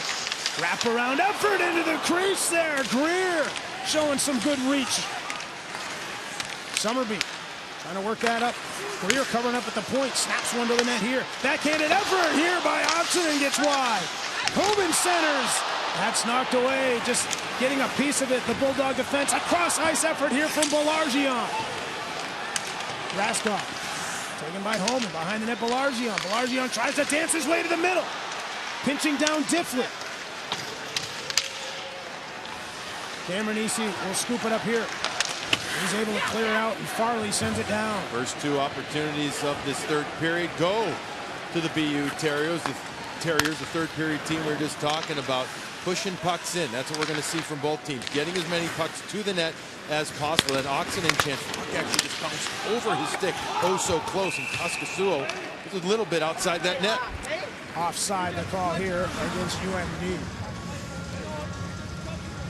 Here comes the first opportunity. That's going to be the wraparound bid as BU again at speed into the zone. Greer's going to throw the puck wide, and then coming from behind the net, Oxenden. Greer can't get to it quietly. It's a beautiful save there, getting that pad on the post here quickly by Kaskisuo. Greer's got that long reach. Youngest player in the NCAA. He's the type of player that, you know, next year, Dan, you're going to see good chance. He's going to go from a few points a year to 30, if not close to 40 points. He's got that type of skill. O'Regan circling here. Banked up and out by Crandall. Hickey sends it back over in front of the UMD bench. Looked like those guys just didn't want to play it to make sure they weren't going to get too many men called. Corrin back in his own end here. Off glass back to the BU line, and Hickey. And the Eichel line out again early on. We'll see how both coaches manage their benches, but especially with the 2-minute TV timeouts and being in the third period here, I expect to see more ice time for number 9 of his line mate.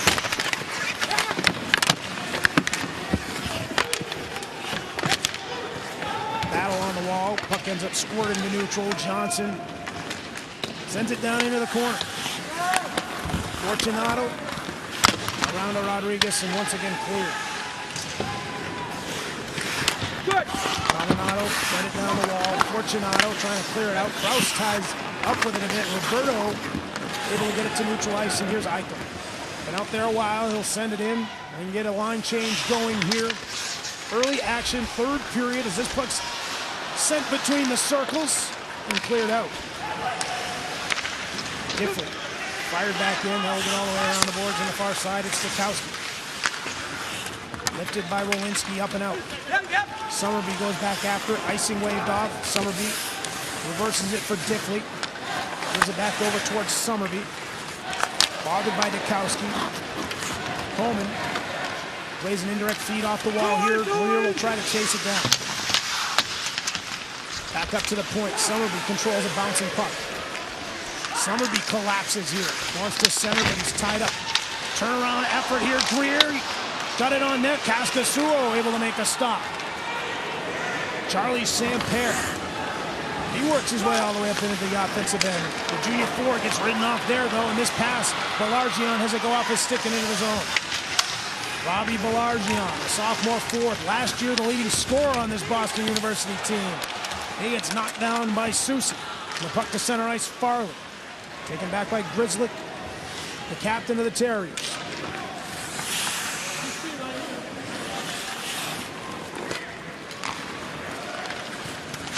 Way to center by Lane. Wayne flips it off the boards. Farley here. Good recovery by Rascott there, allowing Farley to help get it out. This is where the good support through the neutral zone going to be important for both teams, but right now we're seeing it from Duluth. Fortunato fires that one in. Johnson over on the far side. Phelps hits him. Puck free. Played by Moran off the side of the net. Picked up by Pickenich. Now Moran. Moran. Back up. Far point. Diffley. Shot blocked. Pullman blocked it. Susi down into the corner. Just feeling that jump a little bit more in favor of BU right now, Dan. And this is their typical third period mojo working now. Controlling the puck, doing little things just like that, like Diffley did. Keeping it alive to keep the cycle going. Someone will punch their ticket to the Frozen Four. It will happen. Here tonight on an offside call, we have a stoppage of play. Evan Rodriguez, you see him there. He has a goal. But it's a 2-2 game here in the third.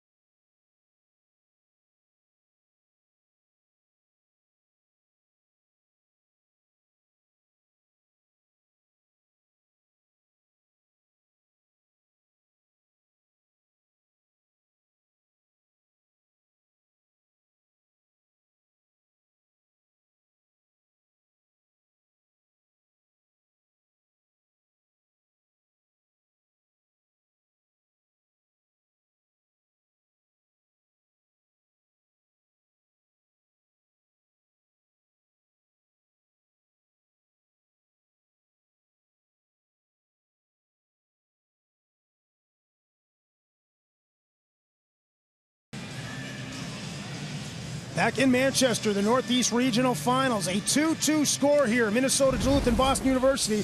Last time these teams were in the Frozen Four, they both won national titles. BU last in the national championship weekend in 2009. Minnesota Duluth in 2011. Can one of these teams repeat history? Getting into the Frozen Four and grabbing a national championship? We know one thing for certain, Billy Jaffe. One of these teams will be battling it out on the TD Garden Ice in a couple weeks. April 9th, Thursday, and then April 11th, the Saturday, will be the championship game. BU has played on Garden Ice a couple of times this year. They've won the Beanpot there. They won the Hockey East Final there, and they're comfortable on the Garden Ice. They would love to get back there, but so too with Scott Sandlin and the Duluth Bulldogs. They'd be more than happy to take another trip east in a couple of weeks. If BU were to advance, be there 22nd all-time appearance, which would be third most in NCAA history. Minnesota Duluth hoping to get back for a 5th time into the national championship weekend. Noted earlier that one of the years they were there was the last time the Frozen Four was held in Boston, back in 2004. Krause trying to work his way through the defense, and the net gets knocked off its moorings here. Krause with a good effort. He had a good effort early in the second period, too. A drive wide and get himself to the front of the net. Krause is a senior. He's really showing his wares. And this year in particular, he's put up 17 points coming into this game. 37 for his career. So here's a guy that obviously has put up points more this year. He loves his Bulldogs. Loves them. How much? Well, when he decided to go to UMD, he bought himself a Bulldog. And lo and behold, here's Bella. Bella the Bulldog, that he said you better never talk anything about. Here's 4 years later, it's Big Bella the Bulldog right there. We asked him if anybody ever said anything bad about Bella, and he was just couldn't believe it. He was almost ready to go at that point. He said nobody ever better say anything bad about Bella. That'd be a whole bad situation. Good stuff. And that puck appears to be tied up in the pads there of Kaskisuo. So that'll stop things here with 13:23 to go in the third period. Our look at the bracket here in this half. Winner of this game will take on the winner of the game later on tonight, as the West Regional Final showcases North Dakota and St. Cloud State, both those teams out of NCHC. How about the atmosphere at that game? Yeah, it looked great last night. Just beautiful colors. Fans on top of the players. Just a fun time in Fargo. How about Bob Motzko's St. Cloud State team? Boy, they had to grind it out down the stretch, all the way through the playoffs. But those two opponents have seen each other fairly often, regularly, so that should be quite a battle out there in Fargo later on tonight. Iafallo works that one into the zone. Toninato over to the near boards. Iafallo comes in to help out. Puck comes free up the wall a little bit. O'Regan could not work it out. Eichel tries to flip it up the wall. That's also knocked down. Eichel with a second effort, able to clear it to center ice. Johnson sends it in. O'Connor handed it off there for Fortunato. And now Eichel. Eichel all the way to the offensive end.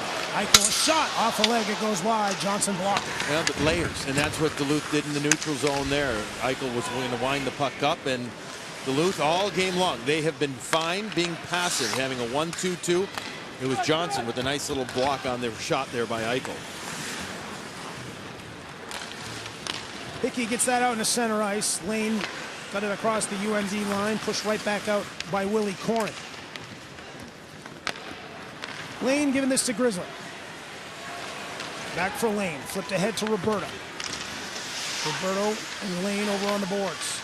Lane trying to get down to the corner, and he gets knocked down there by the sophomore defenseman Willie Corrin.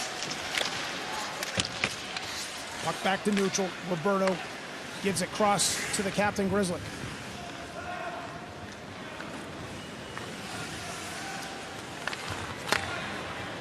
Ahead to Oxen. That long feed up into the zone. Oxen looking to get after it. Susi sticks with him to the backboards. Wrapped around far side Summerby. Down low towards Homer. Picked up here by Crandall. That trickled off a skate to the side of the net where it is covered up by Kaskisuo. Let's go back to the neutral zone, and we'll show you what Cal Dukowski's going to do. It's going to be the 1-2-2, and then what Johnson's going to do. We're going to slow it down, and right there, watches Dukowski. He's going to get himself into this area, and as we clear it, you're going to see Eichel now is going to come to the outside. Now you're going to end up watching again right here. Johnson is going to wait and wait. See how he doesn't close the gap too quickly there, Dan?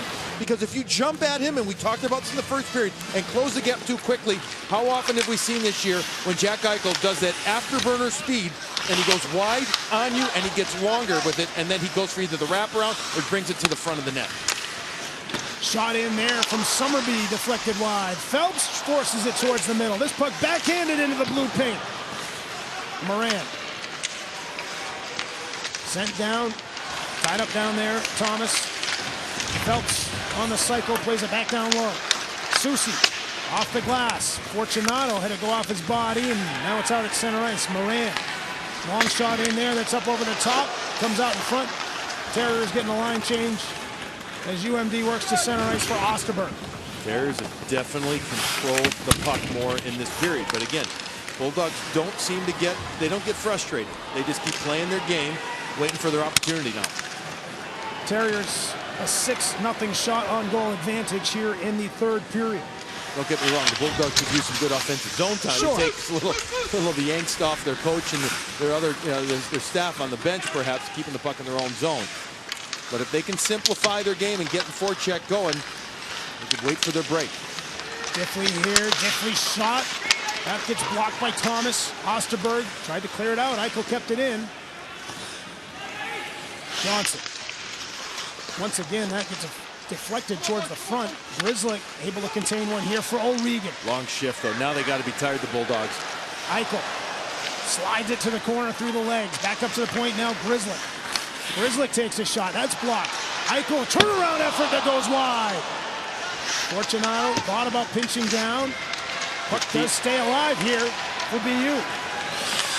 Bulldogs are gassed. They're absolutely gassed. They've got to just take an icing here. Don't take a penalty. Just take an icing and perhaps use a timeout. Fortunato. All the way back around behind the net. Fortunato back up to the point. Hickey's there. Gives it over to Greer. He's covering up for Fortunato, who's up into the attack. Eichel now. This is where BU now, they got to recognize how tired they are. Start attacking the net. Force the Bulldogs to take you down. What's the worst thing that happens? Take a penalty. They're keeping it perimeter. They're not attacking and taking advantage of these gassed out Bulldogs. Shot in there by Hickey is kicked aside by Kaskasuo. Now Oxenden out there as the Terriers get a whole sail line change done. This puck does get to center ice. That will allow a bit of a reprieve here for the Bulldogs. They'll get most everybody changed up, so they'll survive that couple of minutes. As this puck sent all the way down. No icing here. Kuhlman goes after it. A survival shift. That was. It's also called a leg burner or a lung burner for the Bulldogs. Horn played down. Kuhlman shot, and right in front of O'Connor is Cameron Easy, taking away his eyesight. But O'Connor makes the stop. It's a 2-2 game. 8:23 to go in the third. Regional final. The NCAA Hockey Championship is presented by Northwestern Mutual. You and Northwestern Mutual, stronger together.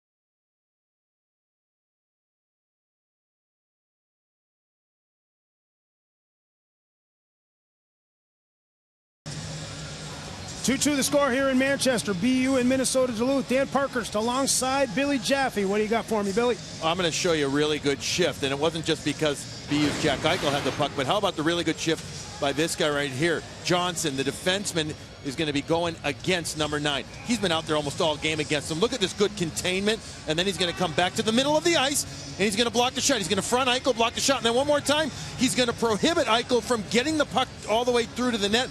Those little things sometimes go unnoticed, but Johnson has made himself very noticeable in this game because he's been out there a lot against the top dogs of the Terriers pretty regularly. Johnson, the son of Jim Johnson, former UMD Bulldog himself, assistant coach with the San Jose Sharks. This is going to go all the way down. No icing, though. Walensky goes back after it. Johnson now tied up there with Oxen.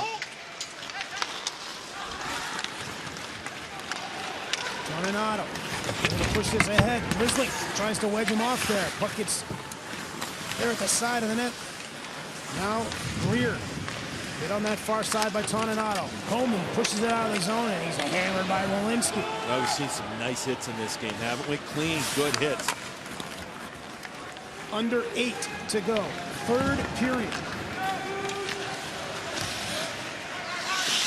Roberto in after it here. Played to Lane. Up the near wing wall, Fortunato. Well, he picks up pucks nicely on his backhand coming up the wall there. He likes to pinch down. Here's a chance. Lane across in front. It got deflected. Roberto was there, but it misses connections. He's a righty, so a little handcuffed. If he's a lefty, he probably just pushes that one into the net. Corin. Fired to center where Farley redirects it in. O'Connor. You got to be careful. He has a tendency to overhandle the puck at times.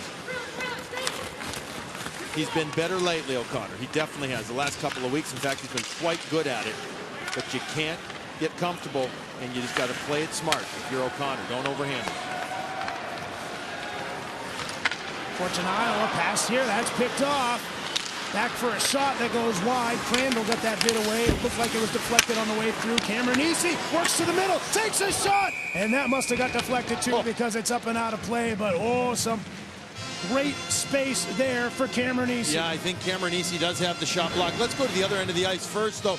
You're going to see Roberto after Oxenden picks it, pushes it. Oh, it goes off Kaz's stick. I thought it went through the legs, so it doesn't matter that Roberto's a righty right there. That's just Kaz's stick who punches it away. Here's Cameron Easy. He's going to slam to the middle of the ice. Eichel time. He actually dives and blocks it right there. Good stuff.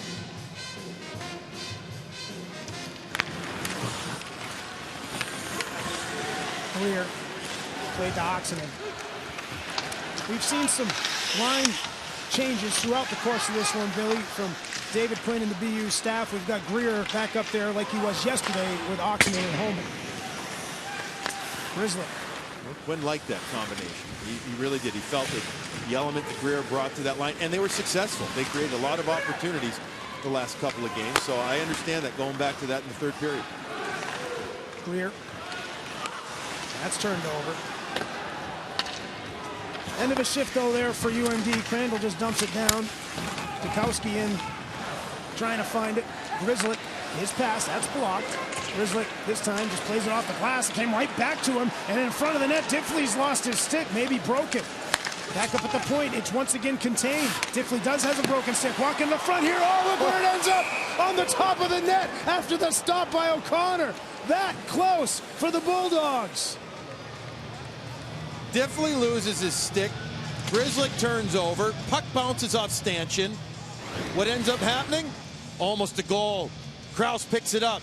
Going to try and slam it far side. Off the block, or off the stick, and it jumps up right there off the top part of that stick of the paddle down and on top of the net. Referee blows it dead.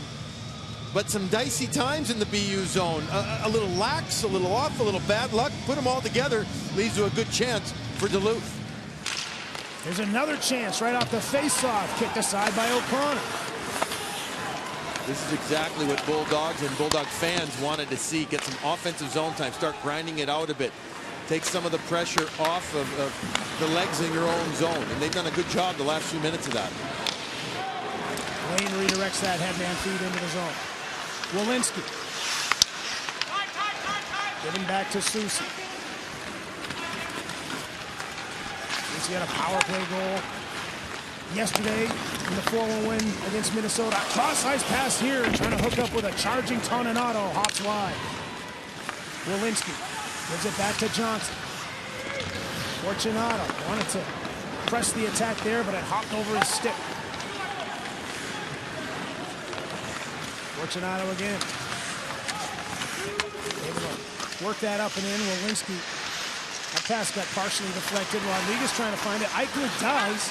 Eichel turnaround shot, save. Kaskasui glances behind him, but he's got it. And a face-off coming up here inside the UMD end. 2-2 the score. Great finish to this one. On the way after this.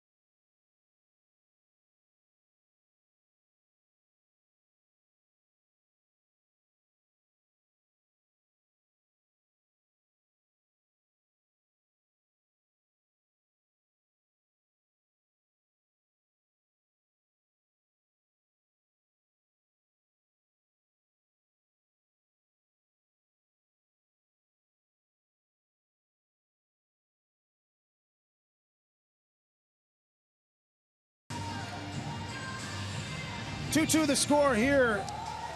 4:30 remaining, third period. One of these teams heads to the Frozen Four, which is heading to Boston, Massachusetts. The action begins Thursday, April 9th at 5 p.m. Eastern live on ESPN2. For more information on the 2015 NCAA Frozen Four, go to ncaa.com, the official online home for all 89 NCAA championships. Dan Parkhurst alongside former Michigan Wolverine Billy Jaffe here in Manchester. And as you might expect, Billy, everybody leaves it all on the ice. And you know, I officiated too in college hockey, right? In the old CCHA. I love these kind of hits right here. These are clean, classic body contact hits. We've had some rough stuff, but nothing that has been over bounds. And this one right there, Summerby, Cameron-Easy. All good, all clean. Cameron-Easy caught his win. Everybody was all right. Jason Holman taking a big hit too.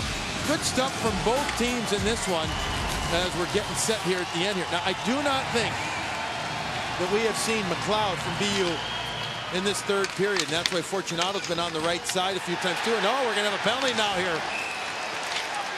This just the second power play opportunity of the game. We had a couple matching penalties as well. Fourth penalty overall, but a late power play chance for the Terriers. Just to our right here off the faceoff, it's going to be Walensky. You're going to see him coming right at you here. The puck is going to bounce over his stick. Rodriguez is going to get to the inside, and he checks with his stick, puts the arm to the inside, makes the call, and it is a hold. And again, just finishing the point there, I do not remember, A, calling the name, or B, seeing McLeod on the ice here in the third period. I think he's on the backside of the bench. He's sitting down right now behind one of the backup netminders there. Yeah, I agree with you, Billy. I don't remember calling McLeod's name here at all in the third. So maybe a little tweaked over there on the bench. Well, remember, it took a hit earlier in the game. We kept saying he had a hard time getting off the ice.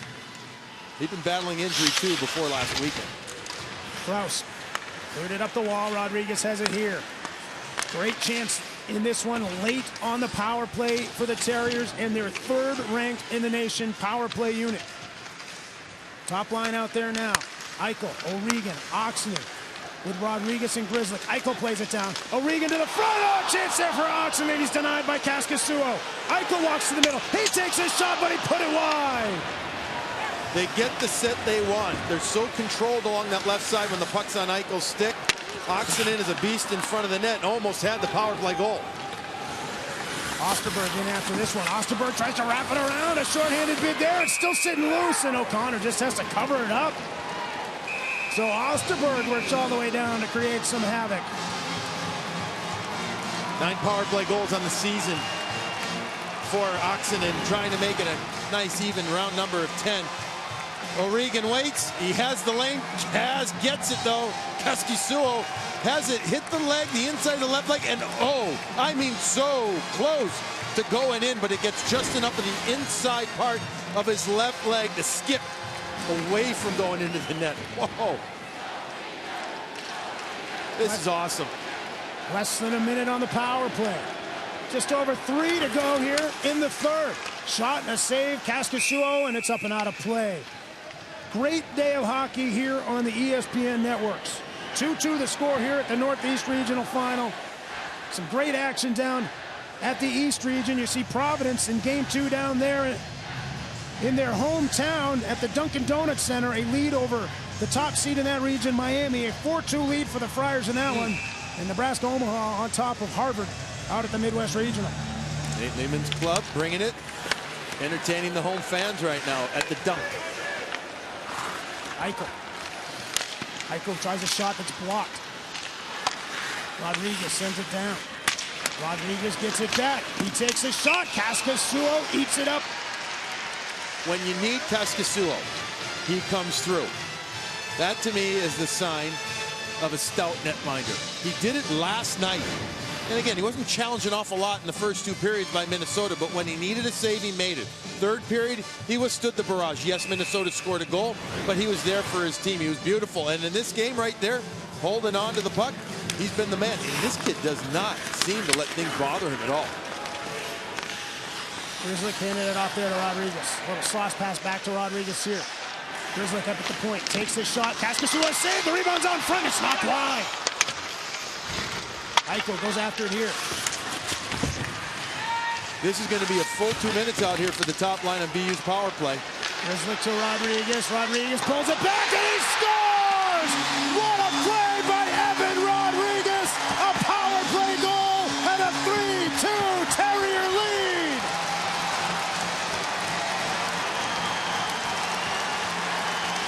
Evan Rodriguez having a spectacular season, and Jack Parker celebrates with the rest of the Terriers here in Manchester.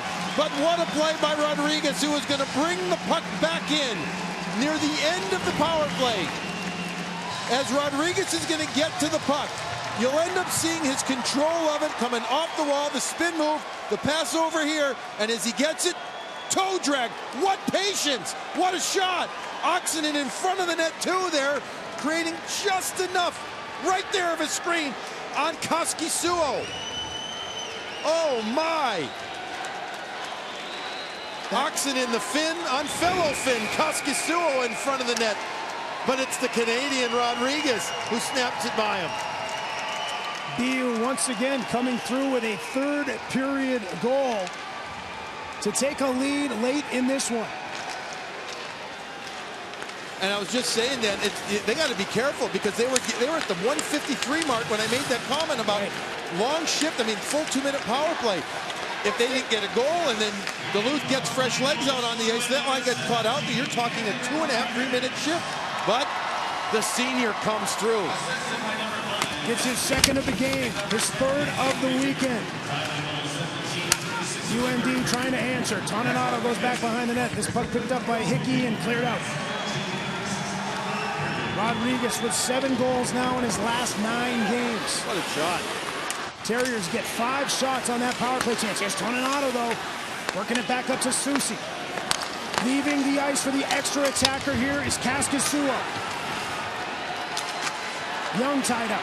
Picked up there by Hickey, not cleared out. Homan gets it to the line. Susi keeps it in. Shot blocked by Roberto, who went down to take away the ice. Roberto gets it here. He's trying to flip it up the wall. Homan's able to clear.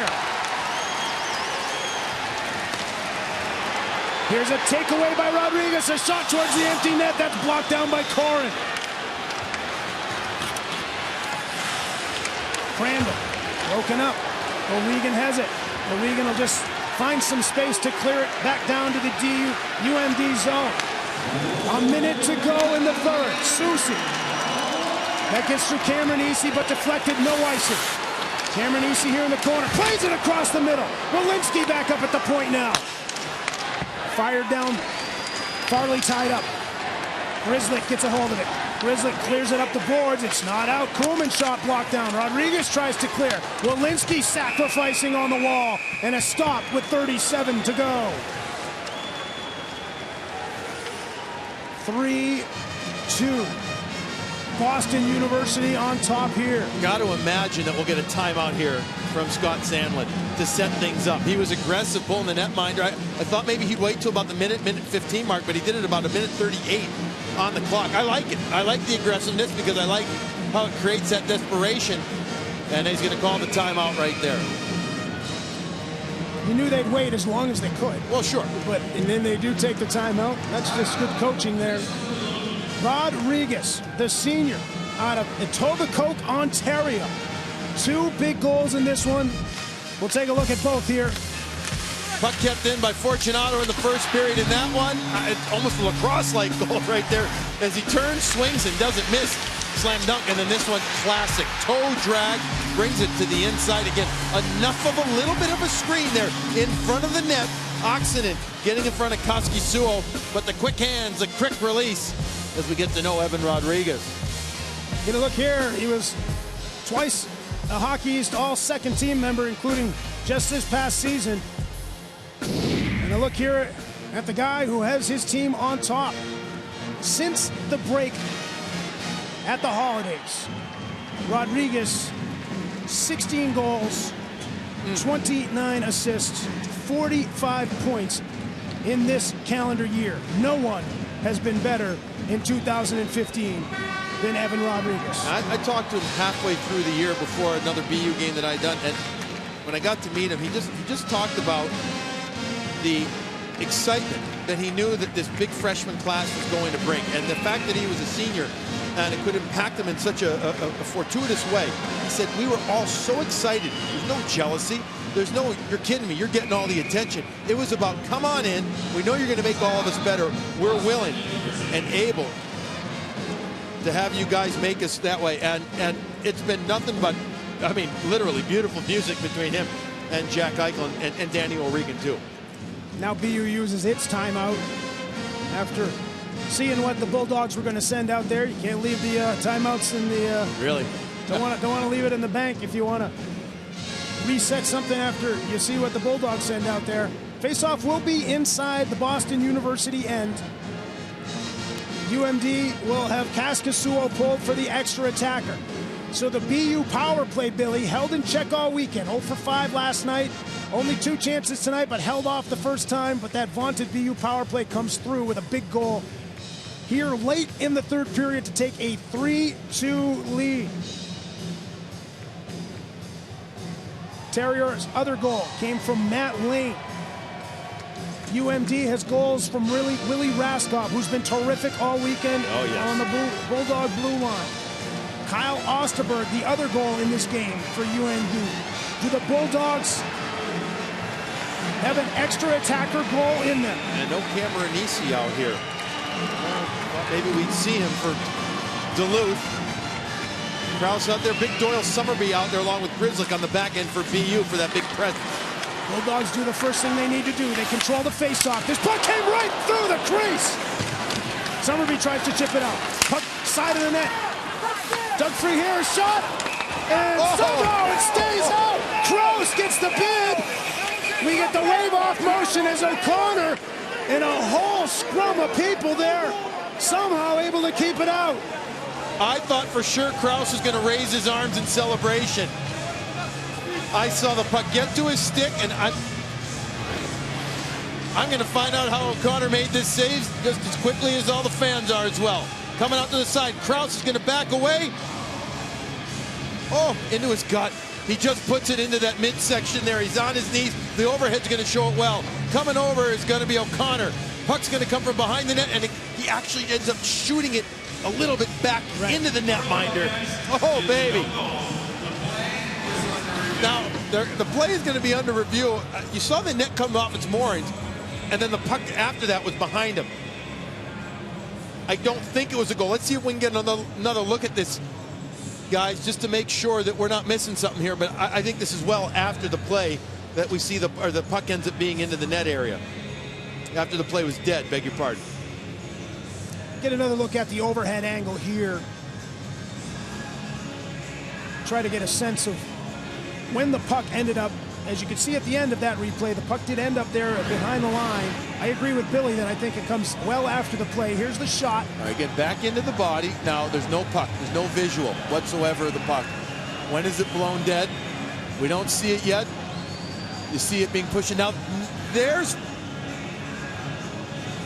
Well, the official's waving no, but you see Tannenant coming in, and his right arm... Roll it back a little bit more. Right? Okay, stop it. Now roll it forward, guys. Let's see if we can pick up the puck. Yes. Exceeded it. You know what? You know what? Let's go back. The puck might be... Tough to call. That might be in. Tough to call. You know what? That might be in before the whistle. I saw a pad, and instead that might have been the puck. If we can go back to the overhead one more time, guys, and we'll go real slow, and I'm going to put an arrow to an area I want you to look. The left pad, slow it down coming up. Puck's going to go behind the net. You're going to watch the left pad of O'Connor. Now slow it down. It's going to be coming in. Now the puck goes to the middle. Keep rolling it slowly. You're going to watch and see in this area coming up.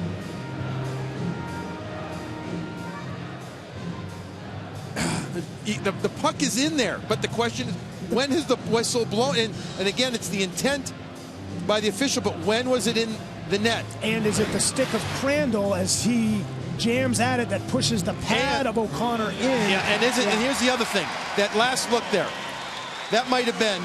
And again, I mean, I'm looking through the netting there. That might have been the pad first. Right. Of O'Connor. That was darn close, though. It was very close. They're saying the puck was frozen for it. That's going to be the rule, and that the puck was dead, blown dead, that it was frozen, and not a goal. Oh, man. I'm telling you, I'm sitting there thinking I'm going to see Krause raise his arm. I thought he was going to put it in. I was ready to call it a goal myself. but it stays 3-2. Bulldogs won the last face-off down here. This time the Terriers win it. Grizzly plays it up the boards, but not out. Susie keeps it in.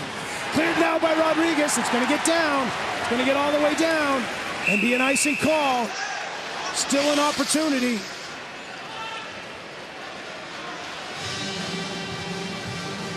They're going to put a little bit of time back up on the clock here. Right now it says 12.4. They're going to add a second. It'll be 13.4. Still a chance with the empty net. Krause again looking to go back, just on the strong side, get it back to Iafallo. Have him on the left with the left shot, walk into the middle for a quick one. There he wins it. Iafallo to Walensky. Walensky holding, has to take a shot, but could only put it wide because there was no angle there. Iafallo looking to center it. 3 seconds to go. Picked up by Summerby. Cleared out to center ice, and the Terriers head to the Frozen Four in Boston.